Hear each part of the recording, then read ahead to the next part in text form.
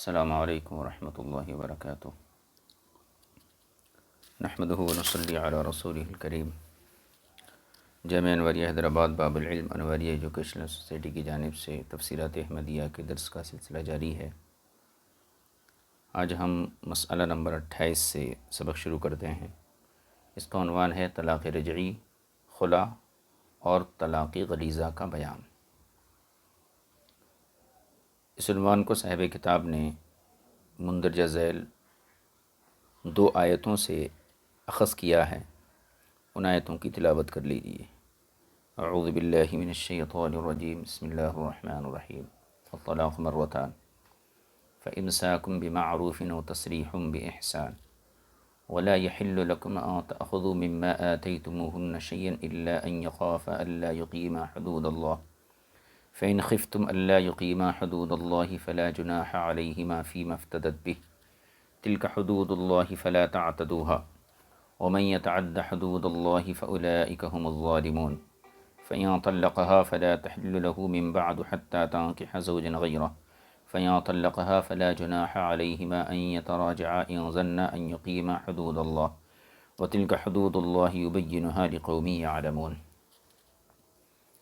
صدق اللہ العظیم۔ اب اس کا مرادی معنی۔ الطلاق مرتان، طلاق 2 مرتبہ ہے۔ فإمساک بمعروف أو تسریح بإحسان، پھر یا تو معروف طریقے سے روکنا ہے یا احسان کے ساتھ خلاصی کر دینا ہے، یعنی آزاد کر دینا ہے۔ ولا يحل لكم أن تأخذوا مما آتيتموهن شيئا إلا أن يخافا ألا يقيما حدود الله، اور تمہارے لیے حلال نہیں کہ تم اس میں سے کوئی چیز لو جو تم نے عورتوں کو دی ہے، مگر یہ کہ جب وہ دونوں اس بات سے خوف زدہ ہوں کہ وہ دونوں اللہ کی حدود کو قائم نہ رکھ سکیں گے۔ فإن خفتم ألا يقيما حدود الله فلا جناح عليهما فيما افتدت به، پس اگر تمہیں اس بات کا خوف ہو کہ وہ دونوں اللہ کی حدود قائم نہ رکھ سکیں گے تو ان دونوں پر اس میں کوئی حرج نہیں جو بطور فدیہ عورت دے۔ تلک حدود اللہ، یہ اللہ کی حدود ہیں۔ فلا تعتدوها، پس ان سے تجاوز مت کرو، ان سے آگے مت بڑھو۔ ومن يتعد حدود اللہ فأولئک هم الظالمون، اور جو بھی اللہ کے حدود سے تجاوز کرتا ہے وہی ظالم لوگوں میں سے ہے، یا جو اللہ کے حدود سے تجاوز کرتے ہیں وہی لوگ ظالم ہیں۔ فإن طلقها فلا تحل له من بعد حتى تنكح زوجا غيره، پس اگر مرد اپنی بیوی کو 2 طلاقوں کے بعد پھر طلاق دے دے تو اب وہ اس کے بعد اس کے لیے اس وقت تک حلال نہیں ہوگی حتیٰ تنکح زوجا غیرہ، جب تک کہ وہ کسی اور خاوند سے نکاح نہ کر لے۔ فإن طلقها فلا جناح عليهما أن يتراجعا إن ظنا أن يقيما حدود الله، پس اگر وہ یعنی نیا خاوند اسے طلاق دے تو ان دونوں پر رجوع کرنے میں کوئی حرج نہیں۔ ان ظنا ان یقیما حدود اللہ، اگر ان دونوں کو یہ گمان ہے کہ وہ اللہ کی حدود کو قائم رکھ سکیں گے۔ وتلک حدود اللہ یبینھا لقوم یعلمون، اور یہ اللہ کی حدود ہیں جنہیں اللہ تعالیٰ علم والی قوم کے لیے خوب واضح کر رہا ہے۔ ان 2 آیتوں میں جو صاحب کتاب نے یہاں ذکر کی، ان 2 آیتوں کے اندر 3 چیزوں کو بیان کیا گیا ہے: طلاق رجعی، خلا اور طلاق غلیظہ، جس کو ہم طلاق مغلظہ بولتے ہیں۔ تو 3 قسم کی طلاقوں کو یہاں ذکر کیا گیا ہے۔ طلاق رجعی کا بیان یہاں سے ہے۔ الطلاق مرتان کے الفاظ میں طلاق رجعی کو بیان کیا گیا ہے، یعنی طلاقیں 2 ہیں۔ تو یہ گویا کہ طلاق رجعی کا بیان ہے، 2 طلاقیں یہ رجعی ہیں۔ تو صاحب کتاب نے فرمایا کہ ان آیتوں میں جس کو ہم نے یہاں درج کیا ہے، اللہ تعالیٰ نے 3 باتیں بیان فرمائی ہیں۔ طلاق رجعی، خلا اور طلاق مغلظہ۔ طلاق رجعی کا بیان ہے الطلاق مرتان میں، یہ اجمال ہو گیا۔ اس کی تفصیل یہ ہے کہ دور جاہلیت میں طلاق کی کوئی تعداد مقرر نہیں تھی، حتیٰ کہ کوئی شخص اگر اپنی بیوی کو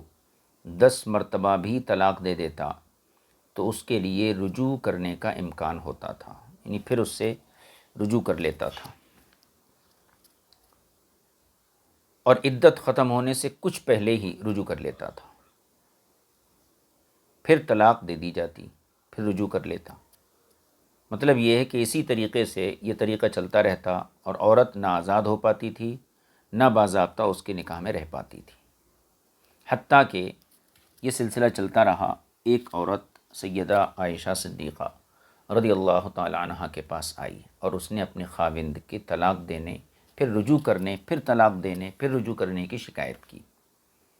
کہ میرا شوہر مجھے طلاق دیا، پھر عدت ختم ہونے پہ آئی، پھر رجوع کر لیا، پھر طلاق دے دیا، پھر رجوع کرا۔ اس چیز کی شکایت ایک خاتون حضرت عائشہ صدیقہ رضی اللہ تعالی عنہ کے سامنے کی۔ ام المومنین حضرت عائشہ صدیقہ رضی اللہ تعالی عنہ نے یہ معاملہ حضور سرور کائنات صلی اللہ علیہ وسلم کی خدمت میں عرض کر دیا۔ اس پر یہ آیت نازل ہوئی الطلاق مرتان، طلاقیں دو ہیں، 2 مرتبہ، فَإِمْسَاكُمْ بِمَعْرُوفٍ أَوْ تَسْرِيحٌ بِإِحْسَان، یہ آیت نازل ہوئی۔ یعنی طلاق رجعی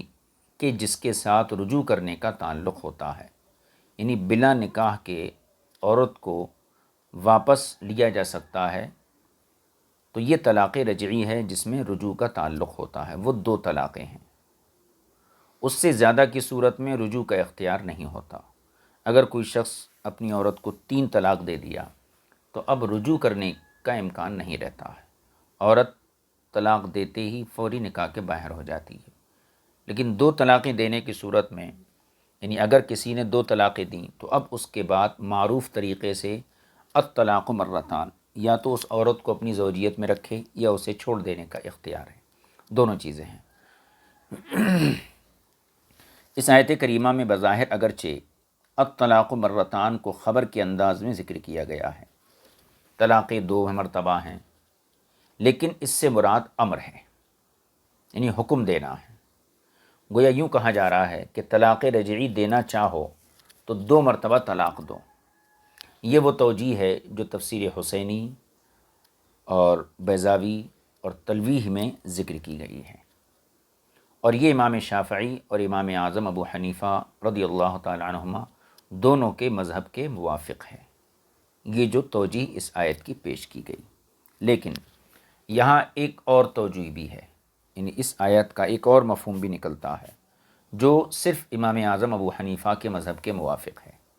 جسے صاحب کشاف، صاحب مدارک اور امام فخر الاسلام نے اختیار فرمایا ہے۔ وہ مضمون کیا ہے؟ وہ یہ ہے کہ اس آیت میں اللہ تعالیٰ نے طلاق شرعی کو بیان فرمایا ہے، طلاق رجعی کو نہیں۔ یعنی طلاق شرعی یہ ہے کہ کوئی شخص 1 مرتبہ طلاق دے، پھر اس کے بعد دوسری طلاق دے، دونوں الگ الگ دی جائیں، نہ یہ کہ دونوں ایک ہی دفعہ دے دی جائیں، یعنی دونوں طلاقیں الگ الگ دی جائیں، تو یہ طلاق شرعی ہوتی ہے۔ اور مرتان سے مراد ایسی 2 طلاقیں نہیں ہیں جو ایک ہی دفعہ واقع کر دی جائیں، بلکہ اس سے مراد تکریر ہے، یعنی یکے بعد دی کرے، یعنی 1 طلاق دی جائے، پھر اس کے بعد ایک اور، تو یہ 2 طلاقیں ہو جائیں گی۔ جیسے اللہ تعالیٰ کا قول ہے ثم ارجع البصر کرتین ينقلب الیک البصر خاسئا وهو حسیر، تو کرتین کا لفظ آیا، کرتین یہ مرتین کے معنی میں، یعنی 2 مرتبہ۔ مطلب یہ ہے 1 مرتبہ دیکھنے کے بعد پھر دوسری مرتبہ دیکھنا مراد ہے۔ ایسا تو نہیں ہے کہ ایک ہی وقت میں آدمی 2 مرتبہ کوئی چیز دیکھ لے، ایسا نہیں ہو سکتا۔ تو جیسے یہاں کرتین یکے بعد دیگرے دیکھنے کے معنی میں استعمال ہوا ہے، اسی طریقے سے یہاں مرتان جو ہے وہ یہ ہے کہ 1 طلاق دینے کے بعد دوسری طلاق دے، بیک وقت 2 طلاقیں نہ دے۔ تو ثم ارجع البصر کرتین یعنی 1 مرتبہ دیکھنے کے بعد پھر دوسری مرتبہ دیکھنا مراد ہے، یہ نہیں کہ ایک ہی وقت میں 2 مرتبہ دیکھ لیں، کیونکہ یہ طریقہ سنت نہیں ہے، کہ ایک ساتھ دونوں طلاقیں دینا۔ کہ کوئی شخص 2 طلاقیں ایک ہی دفعہ دے دے، اس مفہوم و مراد کی تائید اور اس کی تقویت مرتان کے لفظ سے بھی ہوتی ہے۔ کیوں؟ کیونکہ اگر مرد 2 طلاقیں ایک ہی دفعہ دینا مقصود ہوتا، اگر یہاں پر مراد یہ ہوتا کہ مرد 2 طلاقیں ایک ہی دفعہ دیتا ہو تو الطلاق مرتان کے بجائے الطلاق اثنان ہونا چاہیے تھا، لیکن یہاں پر الطلاق اثنان نہیں ہے، الطلاق مرتان ہے۔ تو اس سے یہ پتہ چلتا ہے کہ یہاں یکے بعد دیگرے دینا مراد ہے۔ فرماتے ہیں اس مفہوم اور مراد کی تائید مرتان کے لفظ سے بھی ہوتی ہے، کیونکہ اگر مراد 2 طلاقیں ایک ہی دفعہ دینا مقصود ہوتا تو الطلاق مرتان کے بجائے الطلاق اثنان یہ آنا چاہیے تھا۔ بہرحال یہ جملہ اگرچہ مبتدا اور خبر ہونے کی وجہ سے جملہ خبریہ ہے، یعنی الطلاق مبتدا مرتان اس کی خبر، تو مبتدا خبر ہونے کی وجہ سے یہ جملہ اگرچہ جملہ خبریہ ہے لیکن مراد اس سے امر ہے، ورنہ کس بلازم آئے گا؟ کیوں؟ کیونکہ کبھی ایسا بھی ہو سکتا ہے کہ طلاق دینے والا 2 طلاقیں اکٹھی دے دے، تو 2 طلاقیں اکٹھی دینا ایک مرتبہ طلاق دینا پایا گیا جس میں 2 طلاقیں دی گئیں۔ اس لیے یہ جملہ اگرچہ خبریہ ہے ترکیب کے اعتبار سے، لیکن اگر اس کے حکم پر نظر کی جائے تو پھر یہ جملہ جو ہے امر کا معنی دے گا۔ امام شافعی کے حوالے سے یہاں ذکر کیا گیا کہ امام شافعی رضی اللہ تعالیٰ عنہ کے نزدیک 2 اور 3 طلاقوں کا بیک وقت دیا جانا جائز ہے۔ اب ہمارے امام کے نزدیک جو توجیہ پیش کی گئی ابھی کہ طلاق شرعی یہ ہے کہ 2 طلاقیں الگ الگ دی جائیں، مطلب ایک ساتھ 2 طلاق دینا ہمارے امام کے نزدیک خلاف سنت ہے، گویا کہ طلاق بدعت ہے۔ تو امام شافعی کے نزدیک یہ ہے کہ 2 اور 3 طلاقوں کا بھی بیک وقت دیا جانا جائز ہے،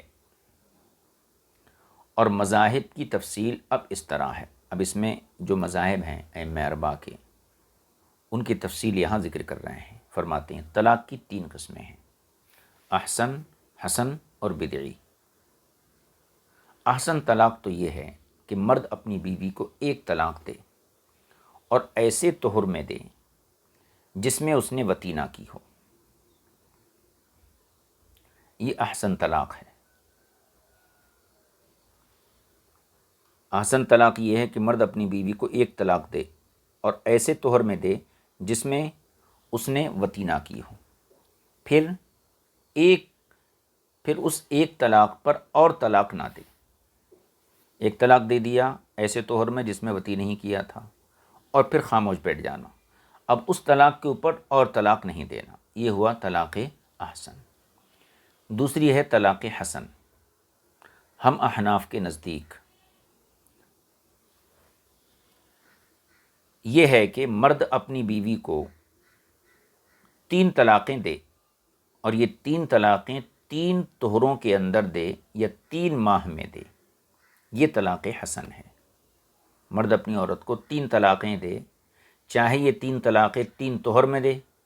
یا پھر 3 مہینے کے اندر دے، یہ طلاق حسن ہو گئی۔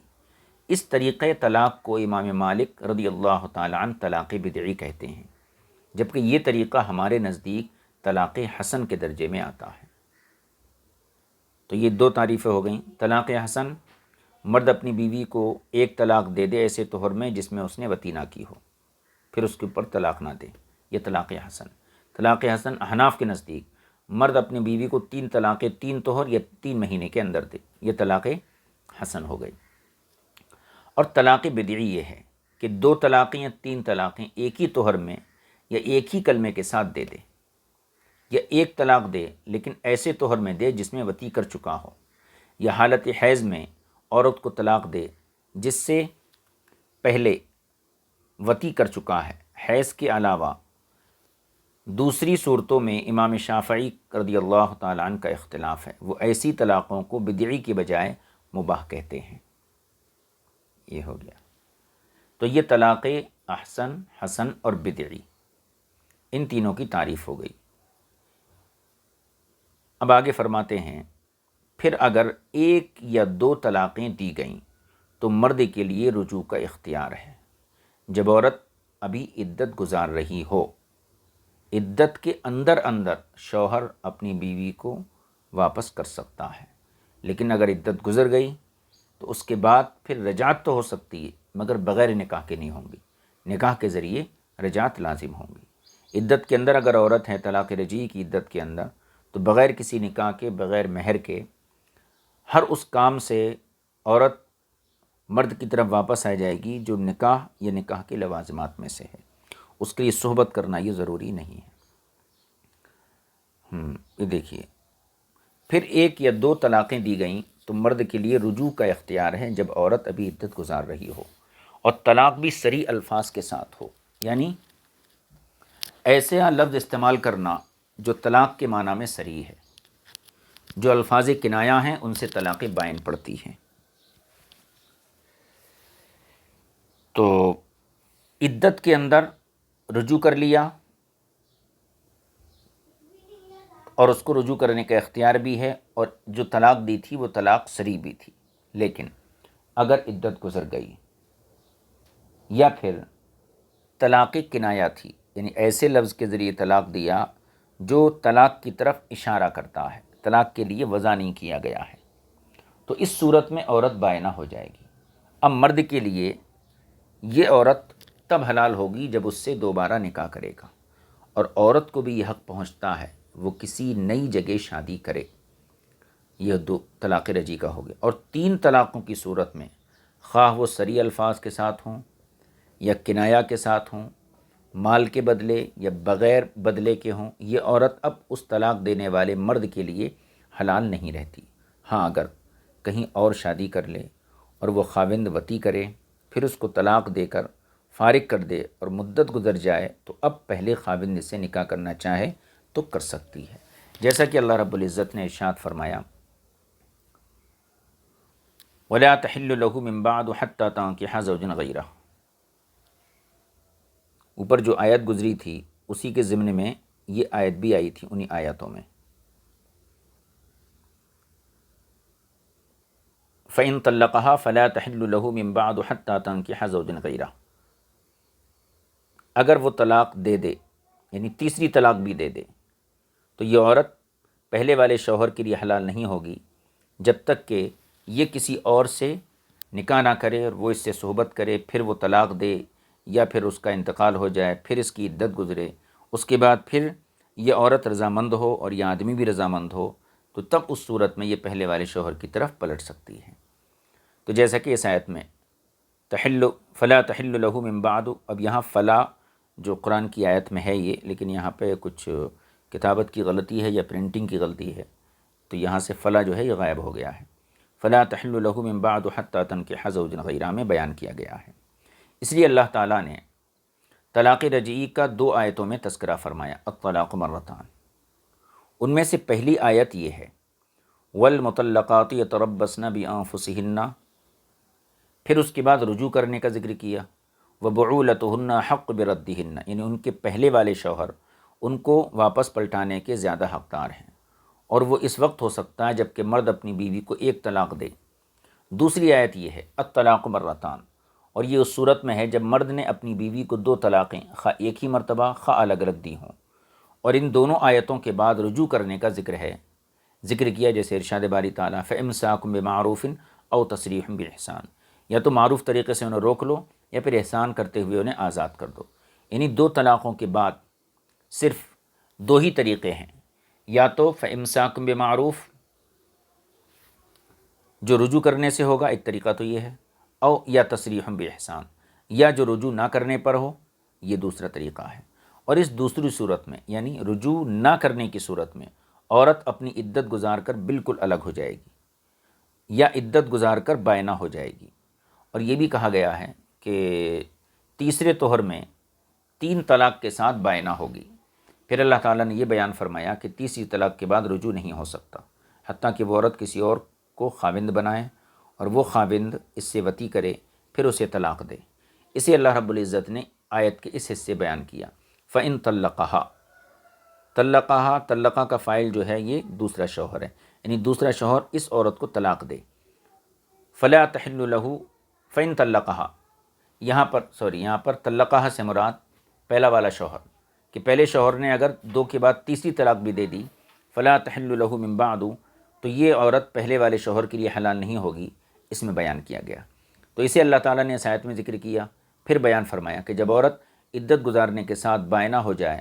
خواہ 2 طلاق گزرنے کے بعد، 2 طلاقوں کے بعد گزارے یا 1 طلاق کے بعد، تو ایک عورت سے طلاق دینے والا یا کوئی اور شخص اگر شادی کرنا چاہے تو کر سکتا ہے. اسے اللہ تعالیٰ نے اس قول میں بیان فرمایا. وَإِذَا طَلَّقْتُمُ النِّسَاءَ فَبَلَغْنَ أَجَلَهُنَّ. اس مسئلے کی اس مقام پر اتنی تفصیل کافی ہے. اب دوسرے مسئلے کی طرف آئیے. دوسرا مسئلہ کیا ہے؟ اب دوسرا مسئلہ یعنی خلا کی طرف آتے ہیں. خلا کا مسئلہ، اس کا تذکرہ اللہ نے فرمایا وَلَا يَحِلُّ لَكُمْ، اس میں کیا گیا ہے. حضرات مفسرین اکرام نے ارشاد فرمایا، اس کے شان نزول یہ ہے، ایک عورت جس کا نام جمیلہ بنت عبداللہ بن ابی، اور بعض کے قول کے مطابق حبیبہ بنت سہل انصاری تھا. ایک عورت جس کا نام جمیلہ تھا، ٹھیک ہے، وہ اپنے خاوند ثابت بن قیس انصاری سے ناراض رہتی تھی اور انہیں ناپسند کرتی تھی، لیکن ان کا خاوند ان سے بہت محبت کرتا تھا. اس نے حق مہر میں بھی اپنی بیوی کو ایک باغ دے رکھا تھا. اس عورت نے اس باغ کو عوض، یعنی اس باغ کے عوض خلا طلب کیا، یعنی باغ اسے واپس کر دیا شوہر کو، اور اسے اس کی طرف سے طلاق کا سبب بنایا. اس پر اس کے خاوند نے اسے طلاق دے دی اور وہ باغ اپنے قبضے میں لے لیا. اور حضور سرور کائنات صلی اللہ تعالیٰ علیہ وسلم نے اس عورت کو اس مرد کی محبت کی خاطر طلاق سے روکے رکھا تھا، لیکن اس نے صرف اور صرف جدائی قبول کرنے کا ارادہ کر لیا تھا اور اپنے خاوند کی نافرمان بن گئی. اس پر حضور صلی اللہ علیہ وسلم نے ارشاد فرمایا، اور زیادہ یعنی حق مہر میں دیے گئے باغ کے علاوہ چاہتے ہو تو وہ نہیں، یعنی یہ اسلام میں سب سے پہلا خلا تھا. پھر یہ آیت کریمہ نازل ہوئی. حضرات مفسرین اکرام نے اس شان نزول کے قصے کو کمی اور زیادتی کے ساتھ بیان کیا ہے. بہرحال آیت کریمہ کا معنی یہ ہوگا کہ تمہارے لیے یہ جائز و حلال نہیں کہ تم نے جو کچھ انہیں حق مہر میں دیا اس کی واپسی کا مطالبہ کرو یا اس میں سے کچھ کو اپنے قبضے میں لاؤ. ہاں، اگر کسی وقت میاں بیوی کو اس بات کا خوف ہو کہ وہ اللہ تعالیٰ کی حدود کو قائم نہ رکھ سکیں گے، یعنی ان کے درمیان عدم موافقت پائی جائے جس کی وجہ سے عورت کی طرف سے مرد کی نافرمانی، بد اخلاقی اور بے ادبی کا مظاہرہ ہوتا ہو، اور خاوند کی طرف سے زد و کوب اور ناحق گالی گلوچ وغیرہ معمول بن جائے، تو اگر تمہیں مذکورہ حالات کی وجہ سے اللہ کی حدود قائم رکھنے کا خطرہ لاحق ہو جائے تو ان دونوں میاں بیوی پر اس بات میں کوئی حرج نہیں کہ عورت وہ مال، یعنی جو اس کے حق مہر میں دیا گیا ہے، وہ مال دے کر خاوند سے اپنی خلاصی کرارے، یعنی آزاد ہو جائیں. مفسرین اکرام نے جو کہا اس کا خلاصہ یہ ہے کہ ایسے طریقے کو خلا کہتے ہیں اور یہ طلاق بائن ہوتا ہے، لیکن خلا کے لیے شرط ہے کہ اس میں لفظ خلا کا ذکر ہونا چاہیے. جیسا کہ خاوند کہتا ہے، میں نے 1000 درہم کے بدلے تجھ سے خلا کیا، عورت نے اسے قبول کیا. یا بیوی کہتی ہے کہ فلاں چیز کے بدلے مجھ سے خلا کر لے، اور مرد اس کی پیشکش قبول کر لے. حتیٰ کہ اگر لفظ خلا ذکر نہ کیا گیا، مثلا خاوند کہتا ہے میں نے تجھے 1000 درہم کے بدلے طلاق دی، یا بیوی کہتی ہے مجھے 1000 درہم کے بدلے طلاق دے، اسے خلا نہیں کہیں گے بلکہ یہ مال کے بدلے طلاق کہلائے گی. آگے دیکھیے، ضرورت اور حاجت کے وقت خلا کرنے میں کوئی گناہ نہیں، جبکہ خلا ایسی چیز پر ہو جو حق مہر بن سکتی ہو. لہٰذا ہر وہ چیز جو نکاح میں حق مہر بن سکتی ہے وہ خلا میں بدل اور معاوضہ بھی بن سکتی ہے، لیکن اس کا عکس درست نہیں، یعنی اس کا الٹا یہ درست نہیں ہے. یعنی ہر وہ چیز جو بدل خلا ہو وہ حق مہر بھی بن جائے، ایسا نہیں. اور اگر زیادتی اور نافرمانی خاوند کی طرف سے ہو تو اسے بدلے خلا لینا مکروہ ہے، اور اگر عورت کی طرف سے ہو تو مرد کے لیے دیے گئے حق مہر سے زیادہ کا مطالبہ کرنا بھی مکروہ ہے۔ خلا عورت کے حق میں معاوضہ ہوتا ہے، حتیٰ کہ اس سے رجوع کرنے کا حق ہے، اور شرط خیار اس میں عورت کو ہوگا، اور جس مجلس میں خلا کی بات چیت ہوئی اسی مجلس تک یہ اختیار رہے گا۔ اور مرد کے حق میں خلا قسم ہے، حتیٰ کہ مرد کے حق میں احکام کا معاملہ بالکل الٹ جائے گا۔ اس کی مکمل تفصیل کتب فقہ میں مذکور ہے۔ اب دیکھیے، صاحب ہدایہ نے بھی باب الخلا میں اس آیت کریمہ سے تمسک کیا ہے، اس سے دلیل پکڑی ہے اور تصریح کی ہے کہ نافرمانی اگر مرد کی طرف سے ہو تو اس سے طلاق کے عوض میں کچھ لینا مکروہ ہے، کیونکہ اللہ تعالیٰ ارشاد فرماتا ہے وَإِنْ أَرَدْتُمْ اسْتِبْدَالَ زَوْجٍ مَكَانَ زَوْجٍ، اگر تم خاوند یعنی خاوند ارادہ کرو کہ اپنی بیوی کو طلاق دے کر فارغ کر کے اس کی جگہ کوئی اور عورت بیوی بناؤ تو تم نکاح سے نکلنے والی عورتوں سے طلاق کے عوض کوئی چیز نہ لو، اگرچہ تم انہیں حق مہر میں بھی بھاری بھرکم خزانہ بھی دے چکے ہو۔ قنطار کا لفظ آیا ہے۔ اور اگر نافرمانی بیوی کی طرف سے ہو تو مرد کو حق مہر سے زیادہ لینے کا مطالبہ کرنا مکروہ ہے، کیونکہ حضور سرور کائنات صلی اللہ علیہ وسلم نے ارشاد فرمایا اما زیادت فلا، یہ آپ نے جس مقدمے میں ارشاد فرمایا اس میں نافرمانی عورت کی طرف سے تھی، اور اگر پہلی صورت میں یعنی جبکہ نافرمانی خاوند کی طرف سے ہو تو پہلی صورت میں مرد طلاق کے عوض لیتا ہے اور دوسری صورت میں حق مہر سے زیادہ لیتا ہے تو از روئے قضا یہ جائز قرار دیا جائے گا، کیونکہ آیت کریم کا مقتضا، آیت کریم کا تقاضا دو باتیں ہیں، ایک قضا و فیصلے کے اعتبار سے جائز ہونا اور دوسرا دیانت کے اعتبار سے مباح ہونا، اور اباحت کے معاملے میں عمل بوجہ معارضہ متروک ہے، اس لیے جواز میں قابل عمل ہونا باقی رہا۔ صاحب ہدایہ کے کلام کا یہ خلاصہ ہے۔ پھر حضرات فقہاء اکرام کا اس بارے میں اختلاف ہے کہ خلا فسخ نکاح ہے یا طلاق ہے، یعنی نکاح کو فسخ کر دینے کا نام خلا ہے یا پھر یہ طلاق ہے۔ امام شافعی رضی اللہ تعالیٰ عنہ کا قول قدیم یعنی پرانا قول، اور حضرت عبداللہ بن عمر، عبداللہ بن عباس رضی اللہ تعالیٰ عنہم کا قول یہ ہے کہ خلا فسخ ہے، طلاق نہیں۔ نکاح کو فسخ کر دینا ہے، یہ طلاق نہیں ہے۔ البتہ ہم احناف کے نزدیک اور امام شافعی کی قول جدید کے مطابق اور حضرت عثمان غنی کی ایک روایت کے مطابق خلا طلاق ہے، خلا طلاق ہے۔ اور ہم احناف کے مذہب کی دلیل بیان کرتے ہوئے امام فخر الاسلام رحمہ اللہ خاص کی بحث میں رقم طراز ہیں، وہ خاص کی بحث میں یہ لکھتے ہیں اللہ تعالیٰ نے طلاق ایک مرتبہ اور دو مرتبہ دینے کا ذکر فرمایا، ان دونوں کے بعد رجوع کرنے کا اس بات ذکر کیا، یعنی پہلے دو طلاقیں، ایک مرتبہ دو مرتبہ دینے کا تذکرہ ہوا، اس کے بعد رجوع، پھر اس کے بعد اس قول سے خلا کا تذکرہ کیا فَإِنْ خِفْتُمْ أَلَّا يُقِيمَا حُدُودَ اللَّهِ فَلَا جُنَاحَ عَلَيْهِمَا فِي مَا افْتَدَتْ بِهِ، پہلے طلاق، اس کے بعد رجوع، اس کے بعد خلا۔ تو فرماتے ہیں اللہ تعالیٰ نے ابتدا ایسے مسئلے سے فرمائی جس کا تعلق مرد سے تھا اور جس کا فاعل کرنے والا مرد ہے، یعنی طلاق دینا، کیونکہ طلاق کا تعلق مرد سے ہے۔ پھر عورت کے فعل کا اضافہ فرمایا، یعنی طلاق کے بدلے میں فدیہ دینا، اور فی مفتدت بہ میں صرف اور صرف عورتوں کے ذکر کرنے میں اس بات کی دلیل ہے کہ ایسا کر کے اللہ تعالیٰ نے مرد کے فعل کو پختہ کر دیا، جیسا کہ گزر چکا، اور مرد کا فعل طلاق دینا ہے، نہ کہ نکاح کو فسخ کرنا، کیونکہ فدیہ دینے کی اصل وجہ اور اس کا اصل مفہوم یہ ہے کہ ایک چیز کے مقابلے میں دوسری چیز دی جائے، لہٰذا یہ اس بات پر دلالت کرتا ہے کہ مال اس چیز کا عوض ہے جو مال کے بدلے اور مقابلے میں ہے، اور عورت کے ساتھ مختص ہے، لہذا یہ اس بات پر دلالت کرتا ہے، عورت کے ساتھ مختص ہے، لہذا اس کا مقابل جو ہوگا وہ خاوند کے ساتھ مختص ہوگا، خاص ہوگا، اور خاوند کے ساتھ جو چیز خاص ہوتی ہے وہ طلاق ہوتی ہے، نہ کہ فسخ نکاح، کیونکہ فسخ کا قیام مرد اور عورت دونوں سے تعلق رکھتا ہے۔ لہذا فسخ کا فعل خاوند کی طرف سے ثابت کرنا جو بطریقہ خلا ہوگا، یہ اسی پر عمل کرنا نہیں کہلائے گا بلکہ عمل کا اٹھ جانا کہلائے گا، اور اختلاف کا نتیجہ اس صورت میں ظاہر ہوگا کہ ہم احناف کے نزدیک خلا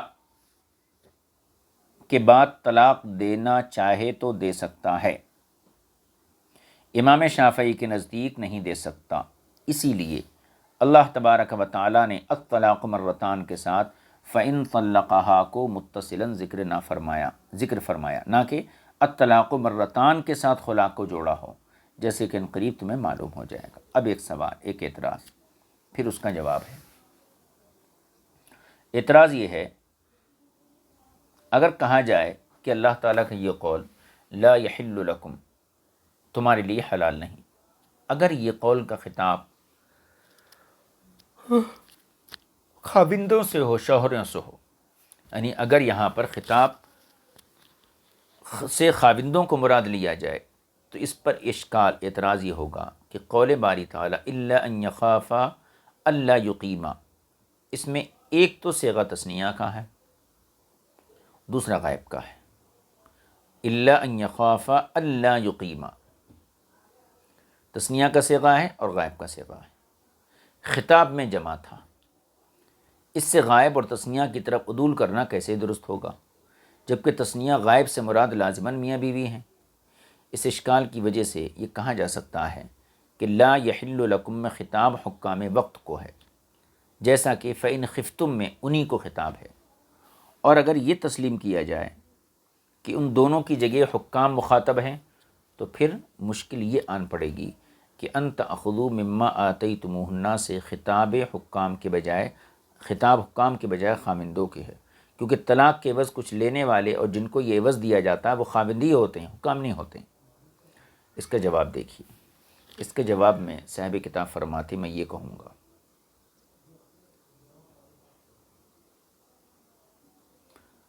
کہوں گا کہ لا یحل لکم سے خطاب خاوندوں کو لیا جانا یہ جائز ہے، جس کے لیے قرینہ اور دلیل ہے ان تأخذوا مما آتیتموہن، یہ دلیل اور قرینہ بن جائے گا۔ اور اللہ تعالیٰ کی قول الا ان یخافا الا یقیما، اس میں دو طرح کا التفات ہے، ایک انداز خطاب کو دوسرے انداز میں لانا ہے، یعنی مخاطب کے صیغے سے غائب کی طرف پلٹنا ہے، ایک خطاب سے غائب کی طرف جانا اور دوسرے تثنیہ سے جمع کی طرف پلٹنا۔ حضرات مفسرین اکرام نے اس مسئلے سے تعرض نہیں کیا ہے، ان کا تعرض یعنی اس مسئلے کو پیش نہیں کیا، چھیڑا بھی نہیں ہے، ان کا مطمع نظر جو ہے لا یحل لکم میں خطاب کے صیغے سے ہے، لیکن تثنیہ سے جمع کی طرف التفات یہ محل تردد ہے، اسے بعض فضلاء نے جائز کہا ہے۔ اور فإن خفتم سے خطاب حکام کو ہوگا، اس کی مثال اللہ تعالیٰ کا یہ قول ہے یوسف اعرض عن ھذا واستغفری لذنبک، یوسف تم اس بات کا پیچھے چھوڑ دو اور زلیخا تو اپنے گناہ سے استغفار کر۔ اور یہ بھی درست ہے کہ لا یحل لکم سے خطاب حکام کو کیا جا رہا ہو، کیونکہ طلاق کے بدلے میں مال کے پکڑنے اور لینے کا حکم دینے والے پھر مستحق کو دلانے والے ہیں، یہ حکام ہیں۔ جب ان کے پاس خلا کا مسئلہ اور مقدمہ لایا جائے گا، گویا یہی لینے والے دینے والے ہیں، اور اس صورت میں الا ان یخافا الا یقیما اپنی حقیقت پر ہوگا، یعنی اس سے مراد میاں اور بیوی ہی ہوں گے، اور یہی حال فإن خفتم میں ہے۔ اگر اس سے خطاب خاوندوں کو ہو تو ان یقیما حدود اللہ میں ان یقیما تو ان یخافا اللہ یقیما اپنی حقیقت پر رہے گا، لیکن اس صورت میں جزا میں حذف لازم آئے گا جو کہ شرط کے لیے سبب بنتا ہے۔ گویا یہ کہا جا رہا ہے کہ تم حکام کو اس بات کا خطرہ ہو کہ دونوں میاں بیوی اللہ تعالیٰ کی حدود قائم نہ رکھ سکیں گے تو تم جان رکھو کہ اس صورت میں ان دونوں پر کوئی گناہ نہیں۔ یہ بات میرے دل میں کھٹکی ہے۔ ففہم و تأمل، صاحب کتاب نے یہ بات ذکر کی۔ فرماتے یہاں ان تظنا، تخافا اور تقیمہ یہ بھی پڑھا گیا ہے، یعنی تائے خطاب سے مخاطب کے صیغہ بنا کر، اور یخافا کو فعل مجہول پڑھا گیا ہے، اور لا یقیمہ میں ضمیر سے ابدال بدل اشتمال ہے۔ اور تفسیر زاہدی میں ایک اور توجیہ بھی مذکور ہے، اور وہ یہ ہے کہ قولی باری تعالی ان یخافا سے مراد صرف ایک شخص ہو اور وہ خاوند ہو، اور ان یخافا اللہ یقیمہ سے مراد بھی ایک ہو، یعنی وہ عورت ہو سکتا ہے صاحب تفسیر زاہدی نے یہ احتمال اور توجیہ آیت مبارکہ کے نزول سے مطابقت کرتے ہوئے اور اس بارے میں پیش آمد یعنی پیش آنے والے قصے کے اعتبار سے کی ہو۔ فرماتے ایک اور توجیہ بھی ہو سکتی، وہ یہ کہ الا ان یخافا سے مراد وہ فیصلہ کرنے والے حاکم ہوں، اور ان یخافا اللہ یقیمہ سے مراد میاں بیوی ہوں۔ اور تلک حدود اللہ فلا تعتدوها کے بارے میں فرمایا ہے کہ اشارہ ہے ان تمام باتوں کی طرف جو گزر چکی ہیں، یعنی شراب اور جوئے وغیرہ کا جو تذکرہ گزرا، یتیموں کے مال، ٹھیک ہے، حیض، قسمیں، ایلا، طلاق، عدت وغیرہ، یہ تمام چیزیں مراد ہیں۔ اور اللہ تعالیٰ کے قول وَمَن يَتَعَدَّ حُدُودَ اللَّهِ فَأُولَٰئِكَ هُمُ الظَّالِمُونَ کے بارے میں یہ لکھا ہے کہ اس سے معتزلہ نے اپنے موقف پر تمسک کیا ہے۔ معتزلہ نے اپنے مذہب اور اپنے نظریے پر تائید ثابت کی ہے۔ کیسے؟ وہ کہتے ہیں وہ یہ کہ کبیرہ گناہ کا مرتکب مومن نہیں رہتا، اور وہ اس بارے میں لکھا ہے، وہ اس طرح کے یعنی معتزلہ کا یہ موقف ان کا نظریہ ہے کہ گناہ کبیرہ کرنے والا مومن نہیں رہتا ہے۔ وہ اس طرح کہ اللہ تعالیٰ نے یہاں اسے ظالم کہا، اور ظالم دراصل کافر ہی ہوتا ہے۔ تو معتزلہ نے اس آیت سے گویا کہ استدلال کیا ہے۔ تو حدود اللہ سے تجاوز کرنے والا ظالم ہوا یعنی کافر ہوا، کافر مومن نہیں رہتا۔ اس کا جواب یہ دیا گیا ہے کہ تعدی اور تجاوز حدود اللہ سے مراد یعنی اللہ کے حدود سے تجاوز کرنا، اس سے مراد تمام حدود سے تجاوز کرنا ہے، اور تعدی اعتقاد سے تعلق رکھتا ہے۔ لہٰذا اللہ تعالیٰ کی تمام حدود سے تجاوز کرنا اور وہ بھی اعتقاد کے ساتھ کہ میں نے ایسا جو کیا وہ درست کیا، یہ واقعی کفر ہے۔ اور ظلم کی تعریف یہ ہے کسی چیز کو اس کے مقام اور مرتبے سے ہٹا کر رکھا جائے، اور اس قسم کی باتیں علم کلام میں معروف اور مشہور ہیں۔ یہ دو باتیں ہو گئیں، طلاق رجعی اور خلا۔ تیسری بات یعنی طلاق غلیظہ کا ذکر۔ فَإِن طَلَّقَهَا فَلَا تَحِلُّ لَهُ مِن بَعْدُ حَتَّى تَنكِحَ زَوْجًا غَيْرَهُ، یہاں سے شروع ہوتا ہے۔ اس کی تفسیر و تشریح میں ارباب عقول اور صاحبان اصول فقہ کے اقوال میں کافی اختلاف پایا جاتا ہے۔ اکثر مفسرین کا کہنا یہ ہے کہ یہ آیت کریمہ طلاق مرتان کے ساتھ متصل ہے، یعنی اس سے ملی ہوئی ہے، یعنی طلاق رجعی ایک مرتبہ یا دو مرتبہ دینے سے ہوتی ہے، پھر اگر اس کے بعد تیسری طلاق بھی دے دے تو اب وہ عورت اس پر ہمیشہ کے لیے حرام ہو جاتی ہے۔ ہاں اگر وہ دوسرے خاوند سے نکاح کر لے، پھر دوسرا خاوند اس سے دخول کرے، وطی کرے، فإن طلقہا، پھر اگر وہ دوسرا خاوند اسے طلاق دے دے، فلا جناح علیہما، تو پھر ان دونوں پر پہلے خاوند اور اس عورت پر کوئی گناہ نہیں ہے کہ وہ نئے نکاح کے ساتھ پھر میاں بیوی بن جائیں، اگر ان دونوں کے ظن میں، ان کے گمان میں یہ بات ہو کہ وہ اللہ کے حدود کو قائم رکھ سکیں گے، جب تو وہ ٹھیک ہے، یعنی حقوق زوجیت باحسن وجوہ اچھی طریقے سے ادا کر سکیں، حسن معاشرت، رہن سہن اچھا رکھ سکیں، اور باہم اتحاد و اتفاق سے گزر اوقات کریں۔ اگر اس کا یہی مفہوم لیا جائے تو طلاق خلا کا مسئلہ جو درمیان میں واقع ہے اسے معترضہ کہیں گے، یعنی اس کا ماقبل اور مابعد سے کوئی تعلق نہیں رہا۔ یہ ایک الگ مسئلہ ہے۔ اسے درمیان میں اس غرض سے اور حکمت سے لایا گیا تھا کہ معلوم ہو جائے کہ خلا بھی ایک قسم کی طلاق ہوتی ہے۔ اہل اصول کا اس بات پر اتفاق ہے اور اجماع ہے کہ فإن طلقہا میں جو فا ہے وہ تعقیب کے معنی میں ہے، جو حرف فا سے شروع ہو رہا ہے، کہ فإن طلقہا میں جو حرف فا سے شروع کیا گیا ہے وہ خلا کا مسئلہ ہے۔ خلا کا مسئلہ ذکر کرنے کے بعد یہ آیت آ رہی ہے۔ اس میں دو باتوں پر دلیل ہے۔ پہلے یہ کہ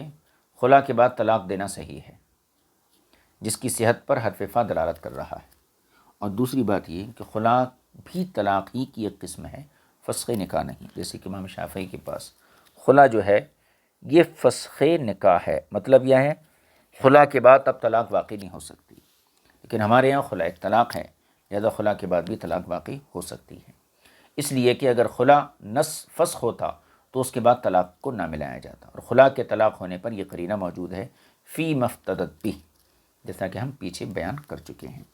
مفسرین اکرام اور اہل اصول کے کلام میں ظاہری طور پر منافات میں ٹکراؤ نظر آتا ہے، اگرچہ حقیقت میں منافات نہیں ہے۔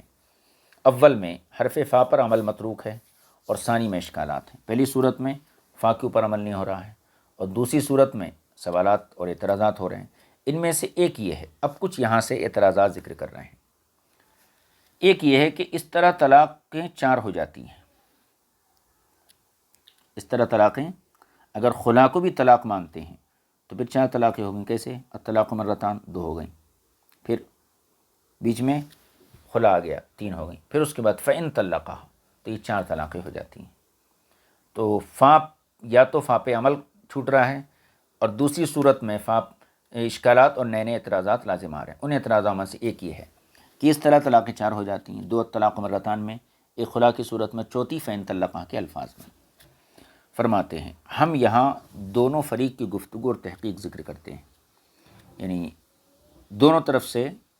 جو دلائل ذکر کیے گئے ہیں ان دلائل کو یہاں پر بیان کر رہے ہیں۔ دیکھیے، ہم یہاں دونوں فریق کی گفتگو اور تحقیق ذکر کرتے ہوئے جو انہوں نے بیان کی یہاں ذکر کی ہے۔ صاحب مدارک فرماتے ہیں فَإِن طَلَّقَهَا ثَالِثَةً بَعْدَ الْمَرَّتَيْنِ، پس اگر مرد اپنی بیوی کو 2 طلاقوں کے بعد تیسری طلاق دے دے، پھر اگر تم کہو کہ خلا ہمارے یعنی احناف کے نزدیک طلاق ہے جو معاوضہ اور بدل کے ساتھ ہوتی ہے، تو تیسری طلاق وہ بن جائے گی۔ فَإِن طَلَّقَهَا، اسی خلا والی طلاق کا بیان ہو جائے گا، یعنی 2 طلاقوں کے بعد اگر خاوند نے معاوضہ اور بدل لے کر تیسری طلاق دی تو اس کا حکم تحلیل یعنی حلال کرنا، اس کا حکم تحلیل یعنی حلال کرنا ہے۔ لیکن یہ جواب ہمارے ذہن کو شفا نہیں دیتا، نہیں کوئی اطمینان بخش جواب نہیں ہے، کیونکہ تیسری طلاق جو حرمت غلیظہ واجب کرتی یعنی جس سے عورت مرد کے اوپر حرام ہو جاتی ہے، وہ ایسی نہیں ہے کہ جس کے ساتھ یہ قید لگائی جائے کہ وہ معاوضہ اور بدل کے ساتھ ہونی چاہیے،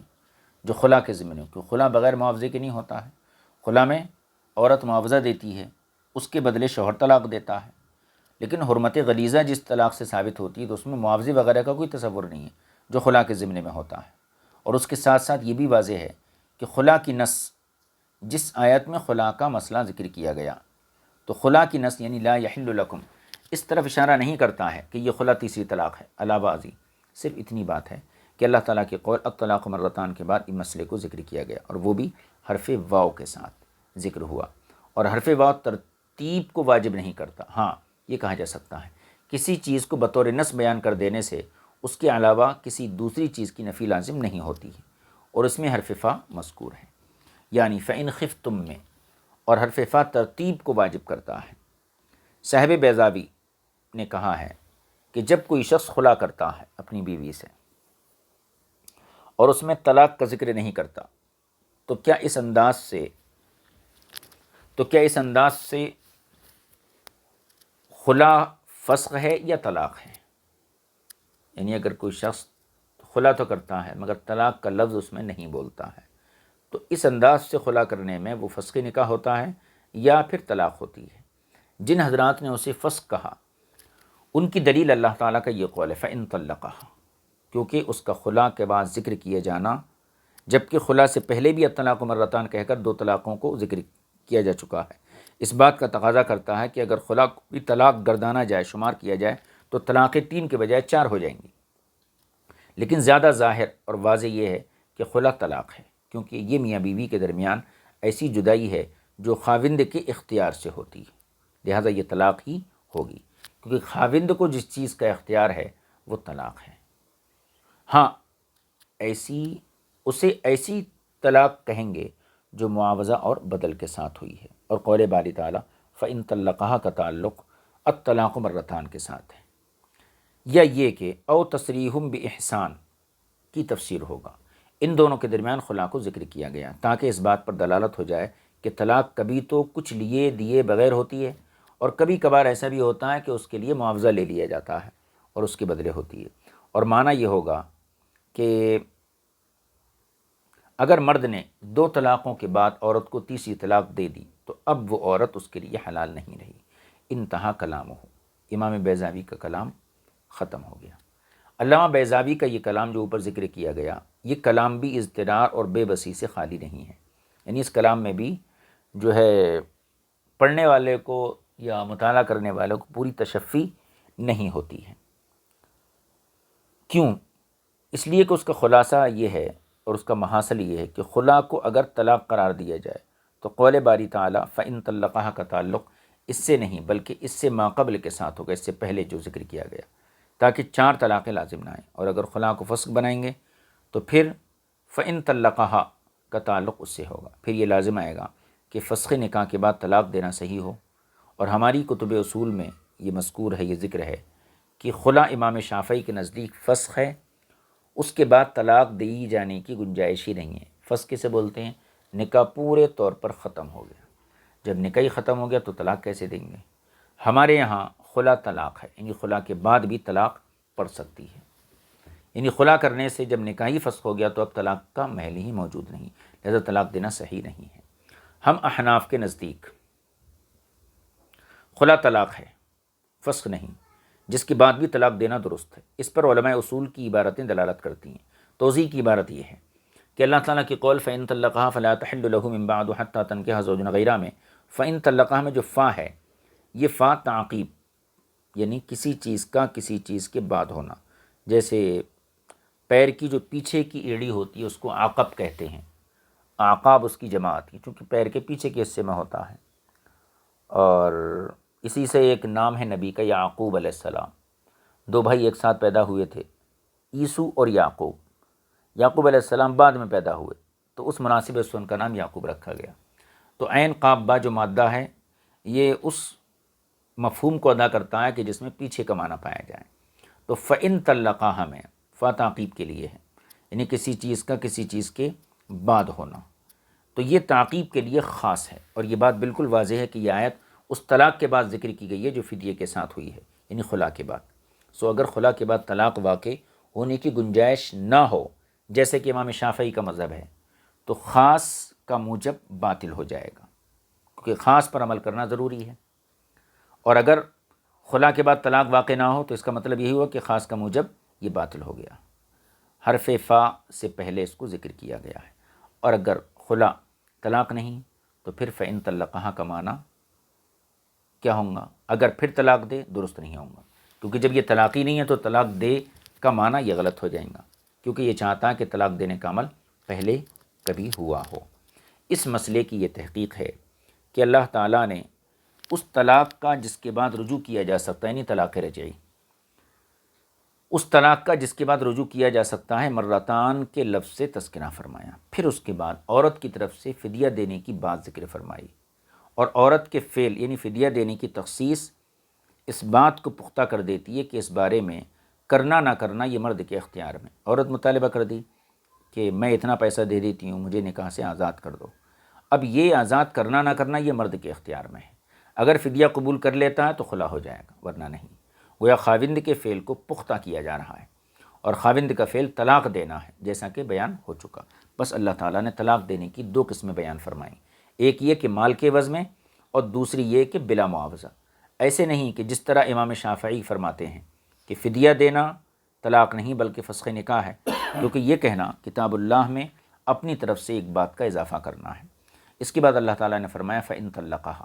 فرمایا یعنی 2 دفعہ طلاق دینے کے بعد اگر پھر تیسری مرتبہ طلاق دے دے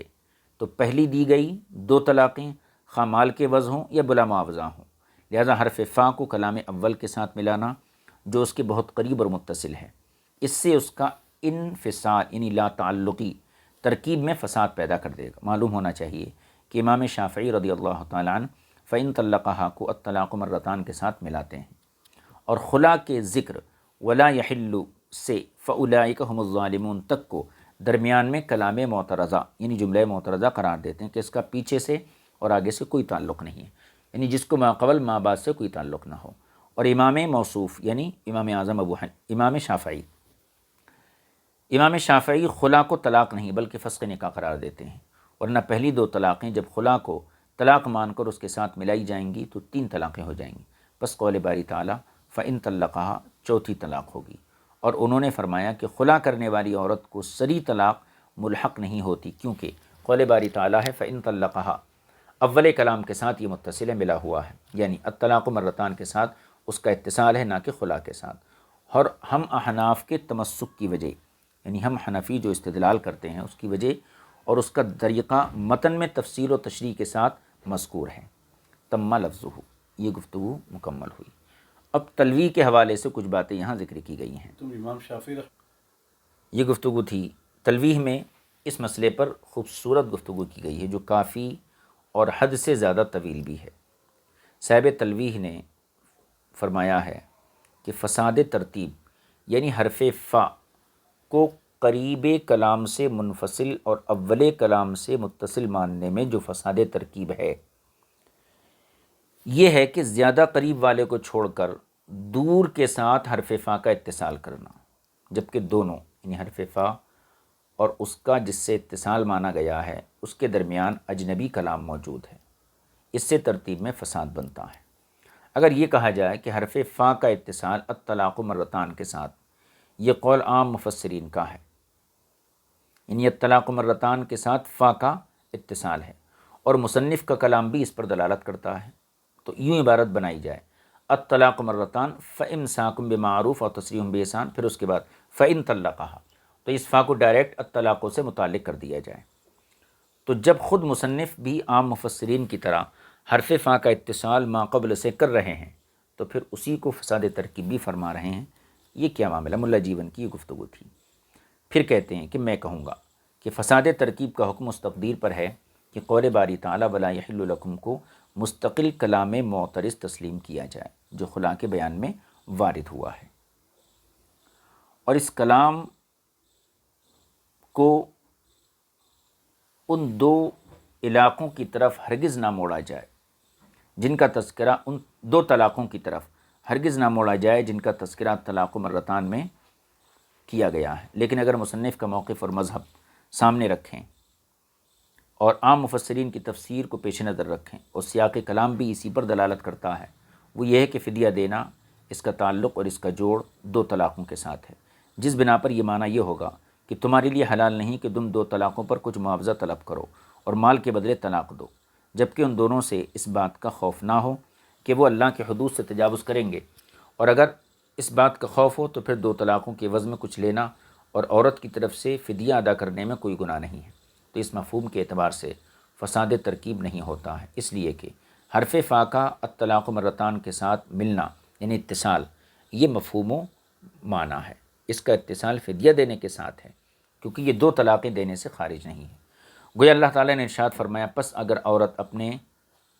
پس اگر مرد اپنی عورت کو 2 طلاقوں کے بعد ایسی 2 طلاقیں کہ جو دونوں کی دونوں خلا تھیں یا خلا اور فدیہ دے کر حاصل کی جانے والی، اور دوسری بلا معاوضہ تھی، تیسری طلاق دے دے، اس طریقے سے دونوں اشکال ختم ہو جائیں گے، جن میں سے ایک یہ تھا کہ 2 طلاقوں سے قبل خلا کرنا شرعاً جائز نہیں بنتا ہے، اور یہ اشکال حرف فا کے موجب پر یعنی اس کا جو معنی ہے اس پر عمل کرنے سے لازم آتا تھا، اور جو فَإِنْ خِفْتُمْ أَلَّا يُقِيمَ حدود اللہ میں ہے، دوسرا اشکال یہ تھا کہ طلاقیں 4 ہو جائیں گی، کیونکہ فَإِنْ طَلَّقَهَا کو جب خلا پر مرتب کر لیں گے کہ یہ خلا ہے، اور خلا اپنے سے پہلی 2 طلاقوں پر مرتب ہوتا ہے، یعنی الطلاق مرتان سے 2 طلاق، اس کے بعد خلا، تیسری طلاق، اور فَإِنْ طَلَّقَهَا یہ چوتھی طلاق، یہ اشکال بینی طور پر وارد نہ ہوگا، یعنی اس صورت میں یہ اشکال وارد نہیں ہوگا کہ خلا اپنے سے قبل یعنی الطلاق مرتان میں مذکور 2 طلاقوں پر مرتب نہیں ہے، بلکہ ان دونوں میں مندرج ہے، اس کے اندر داخل ہے، اور حرف فا کے بعد جو ذکر کیا گیا وہ نفس خلا نہیں بلکہ اس تقدیر پر ہے کہ اگر حدود اللہ کے عدم قیام کا خوف ہو تو افتدا یعنی فدیہ دینے میں کوئی حرج نہیں ہے۔ لیکن 2 اشکال ابھی وارد ہو سکتے ہیں، وہ یہ ایک یہ کہ الطلاق مرتان سے مراد طلاق رجعی نہ ہو، جبکہ اس کے طلاق رجعی ہونے کی علماء نے وضاحت کر دی ہے کہ یہاں پر طلاق رجعی ہی ہے۔ وجہ اس کی یہ ہے کہ خلا طلاق بائنہ ہوتی ہے، اور دوسرا اشکال یہ وارد ہوتا ہے کہ آیت مذکورہ سے خلا کے طلاق ہونے کا تمسک یہ درست نہیں، یعنی اس آیت سے خلا کے طلاق ہونے پر دلیل پکڑنا یہ درست نہیں ہوتا، اور یہ بھی درست نہیں رہتا ہے کہ اس کو صریح طلاق ملحق ہے، کیونکہ اس آیت میں ایسی طلاق کا ذکر ہے جو مال کے عوض میں ہو، نہ کہ خلا کا ذکر ہے۔ پہلے اشکال کا جواب یوں دیا جا سکتا ہے کہ الطلاق مرتان سے طلاق رجعی اس وقت مراد ہے جبکہ اس کے عوض میں کچھ نہ لیا جائے، اور دوسرے کا جواب یہ ہے کہ یہ آیت مذکورہ نازل ہی خلا کے متعلق ہوئی ہے، مال کے عوض طلاق کے معاملے میں نازل نہیں ہوئی ہے۔ اور بعض دفعہ یہ بھی جواب دیا گیا ہے کہ مال کے عوض طلاق یہ خلا سے عام ہے، اس لیے کہ خلا کبھی طلاق کے لفظ سے ہوتا ہے اور کبھی خلا کے صیغے سے بھی ہوتا ہے۔ لیکن اس جواب پر یہ اعتراض ہے کہ معترض کا جو جھگڑا ہے اور معترض کا جو منشا ہے، اعتراض صرف اس صورت میں ہے کہ وہ خلا کے صیغے سے ہو وہی طلاق بالمال ہے، حتیٰ کہ اگر اسے تسلیم کر لیا جائے تو پھر اس کی طرف سے یہ جھگڑا درست ہی نہ رہے گا کہ خلا طلاق ہے اور یہ صریح طلاق کے ساتھ ملحق ہے۔ اگر یہ کہا جائے کہ حرف فا آیت میں صرف عطف کے لیے ہے، ایک کام کا دوسرے کے پیچھے ہونے اور دو باتوں کے درمیان ترتیب کے لیے نہیں ہے، اگر اس کو صرف عطف کے لیے مانگیں، اگر یہاں حرف فا کو تعقیب و ترتیب کے لیے تسلیم کیا جائے تو پھر 3 طلاقوں کے اس بات کی مشروعیت، یعنی 3 طلاقوں کے ثابت ہونے کا مباح ہونا، اس کے بعد بغیر فدیے کے حلالے کے حلالے کا وجوب اور مال کے بدلے طلاق کے ثابت کرنے سے کتاب اللہ پر زیادتی لازم آئے گی، بلکہ فَإِن طَلَّقَهَا میں حرف فا پر عمل کرنا ہی متروک ہو جائے گا، یعنی اس پر عمل نہیں ہو پائے گا۔ میں اس جواب میں کہوں گا، یہ ملا جیون فرماتے ہیں کہ اگر تمہاری بات تسلیم کر لی جائے تو مذکورہ باتیں یا تو اجماع امت سے یا خبر مشہور سے ثابت ہیں، جیسا کہ حدیث اسیلہ میں ہے۔ یہ اعتراض بھی نہ کیا جائے کہ جن باتوں کا ذکر کرتے وقت جس ترتیب سے ذکر کیا جاتا ہے اس سے لازم آتا ہے کہ ان کے حکم میں وہی ترتیب ہونا چاہیے، کیونکہ ہم کہتے ہیں کہ حرف فا وجود میں ترتیب کے لیے آتا ہے۔ اگر یہ نہ ہو تو ذکر میں ترتیب تو اس کے علاوہ دیگر حروف عاطفہ سے بھی ہوتی، یعنی فا کے علاوہ دوسرے جو حروف عاطفہ ہیں ان سے بھی ذکر میں ترتیب سمجھ میں آتی ہے، تو فا جو ہے حقیقت میں وجود کی ترتیب بیان کرنے کے لیے آتا ہے۔ بہرحال یہ بات ذہن نشین رہے کہ یہ ساری بحث اس بات پر مبنی ہے اور اس کا دار و مدار اس پر ہے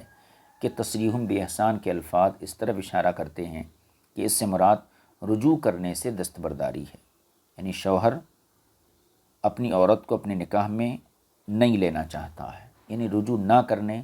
اور عورت کی خلاصی کر دینے، یعنی عورت کو آزاد کر دینے کی طرف اشارہ ہے۔ اور اگر اس سے اشارہ تیسری طلاق کی طرف ہو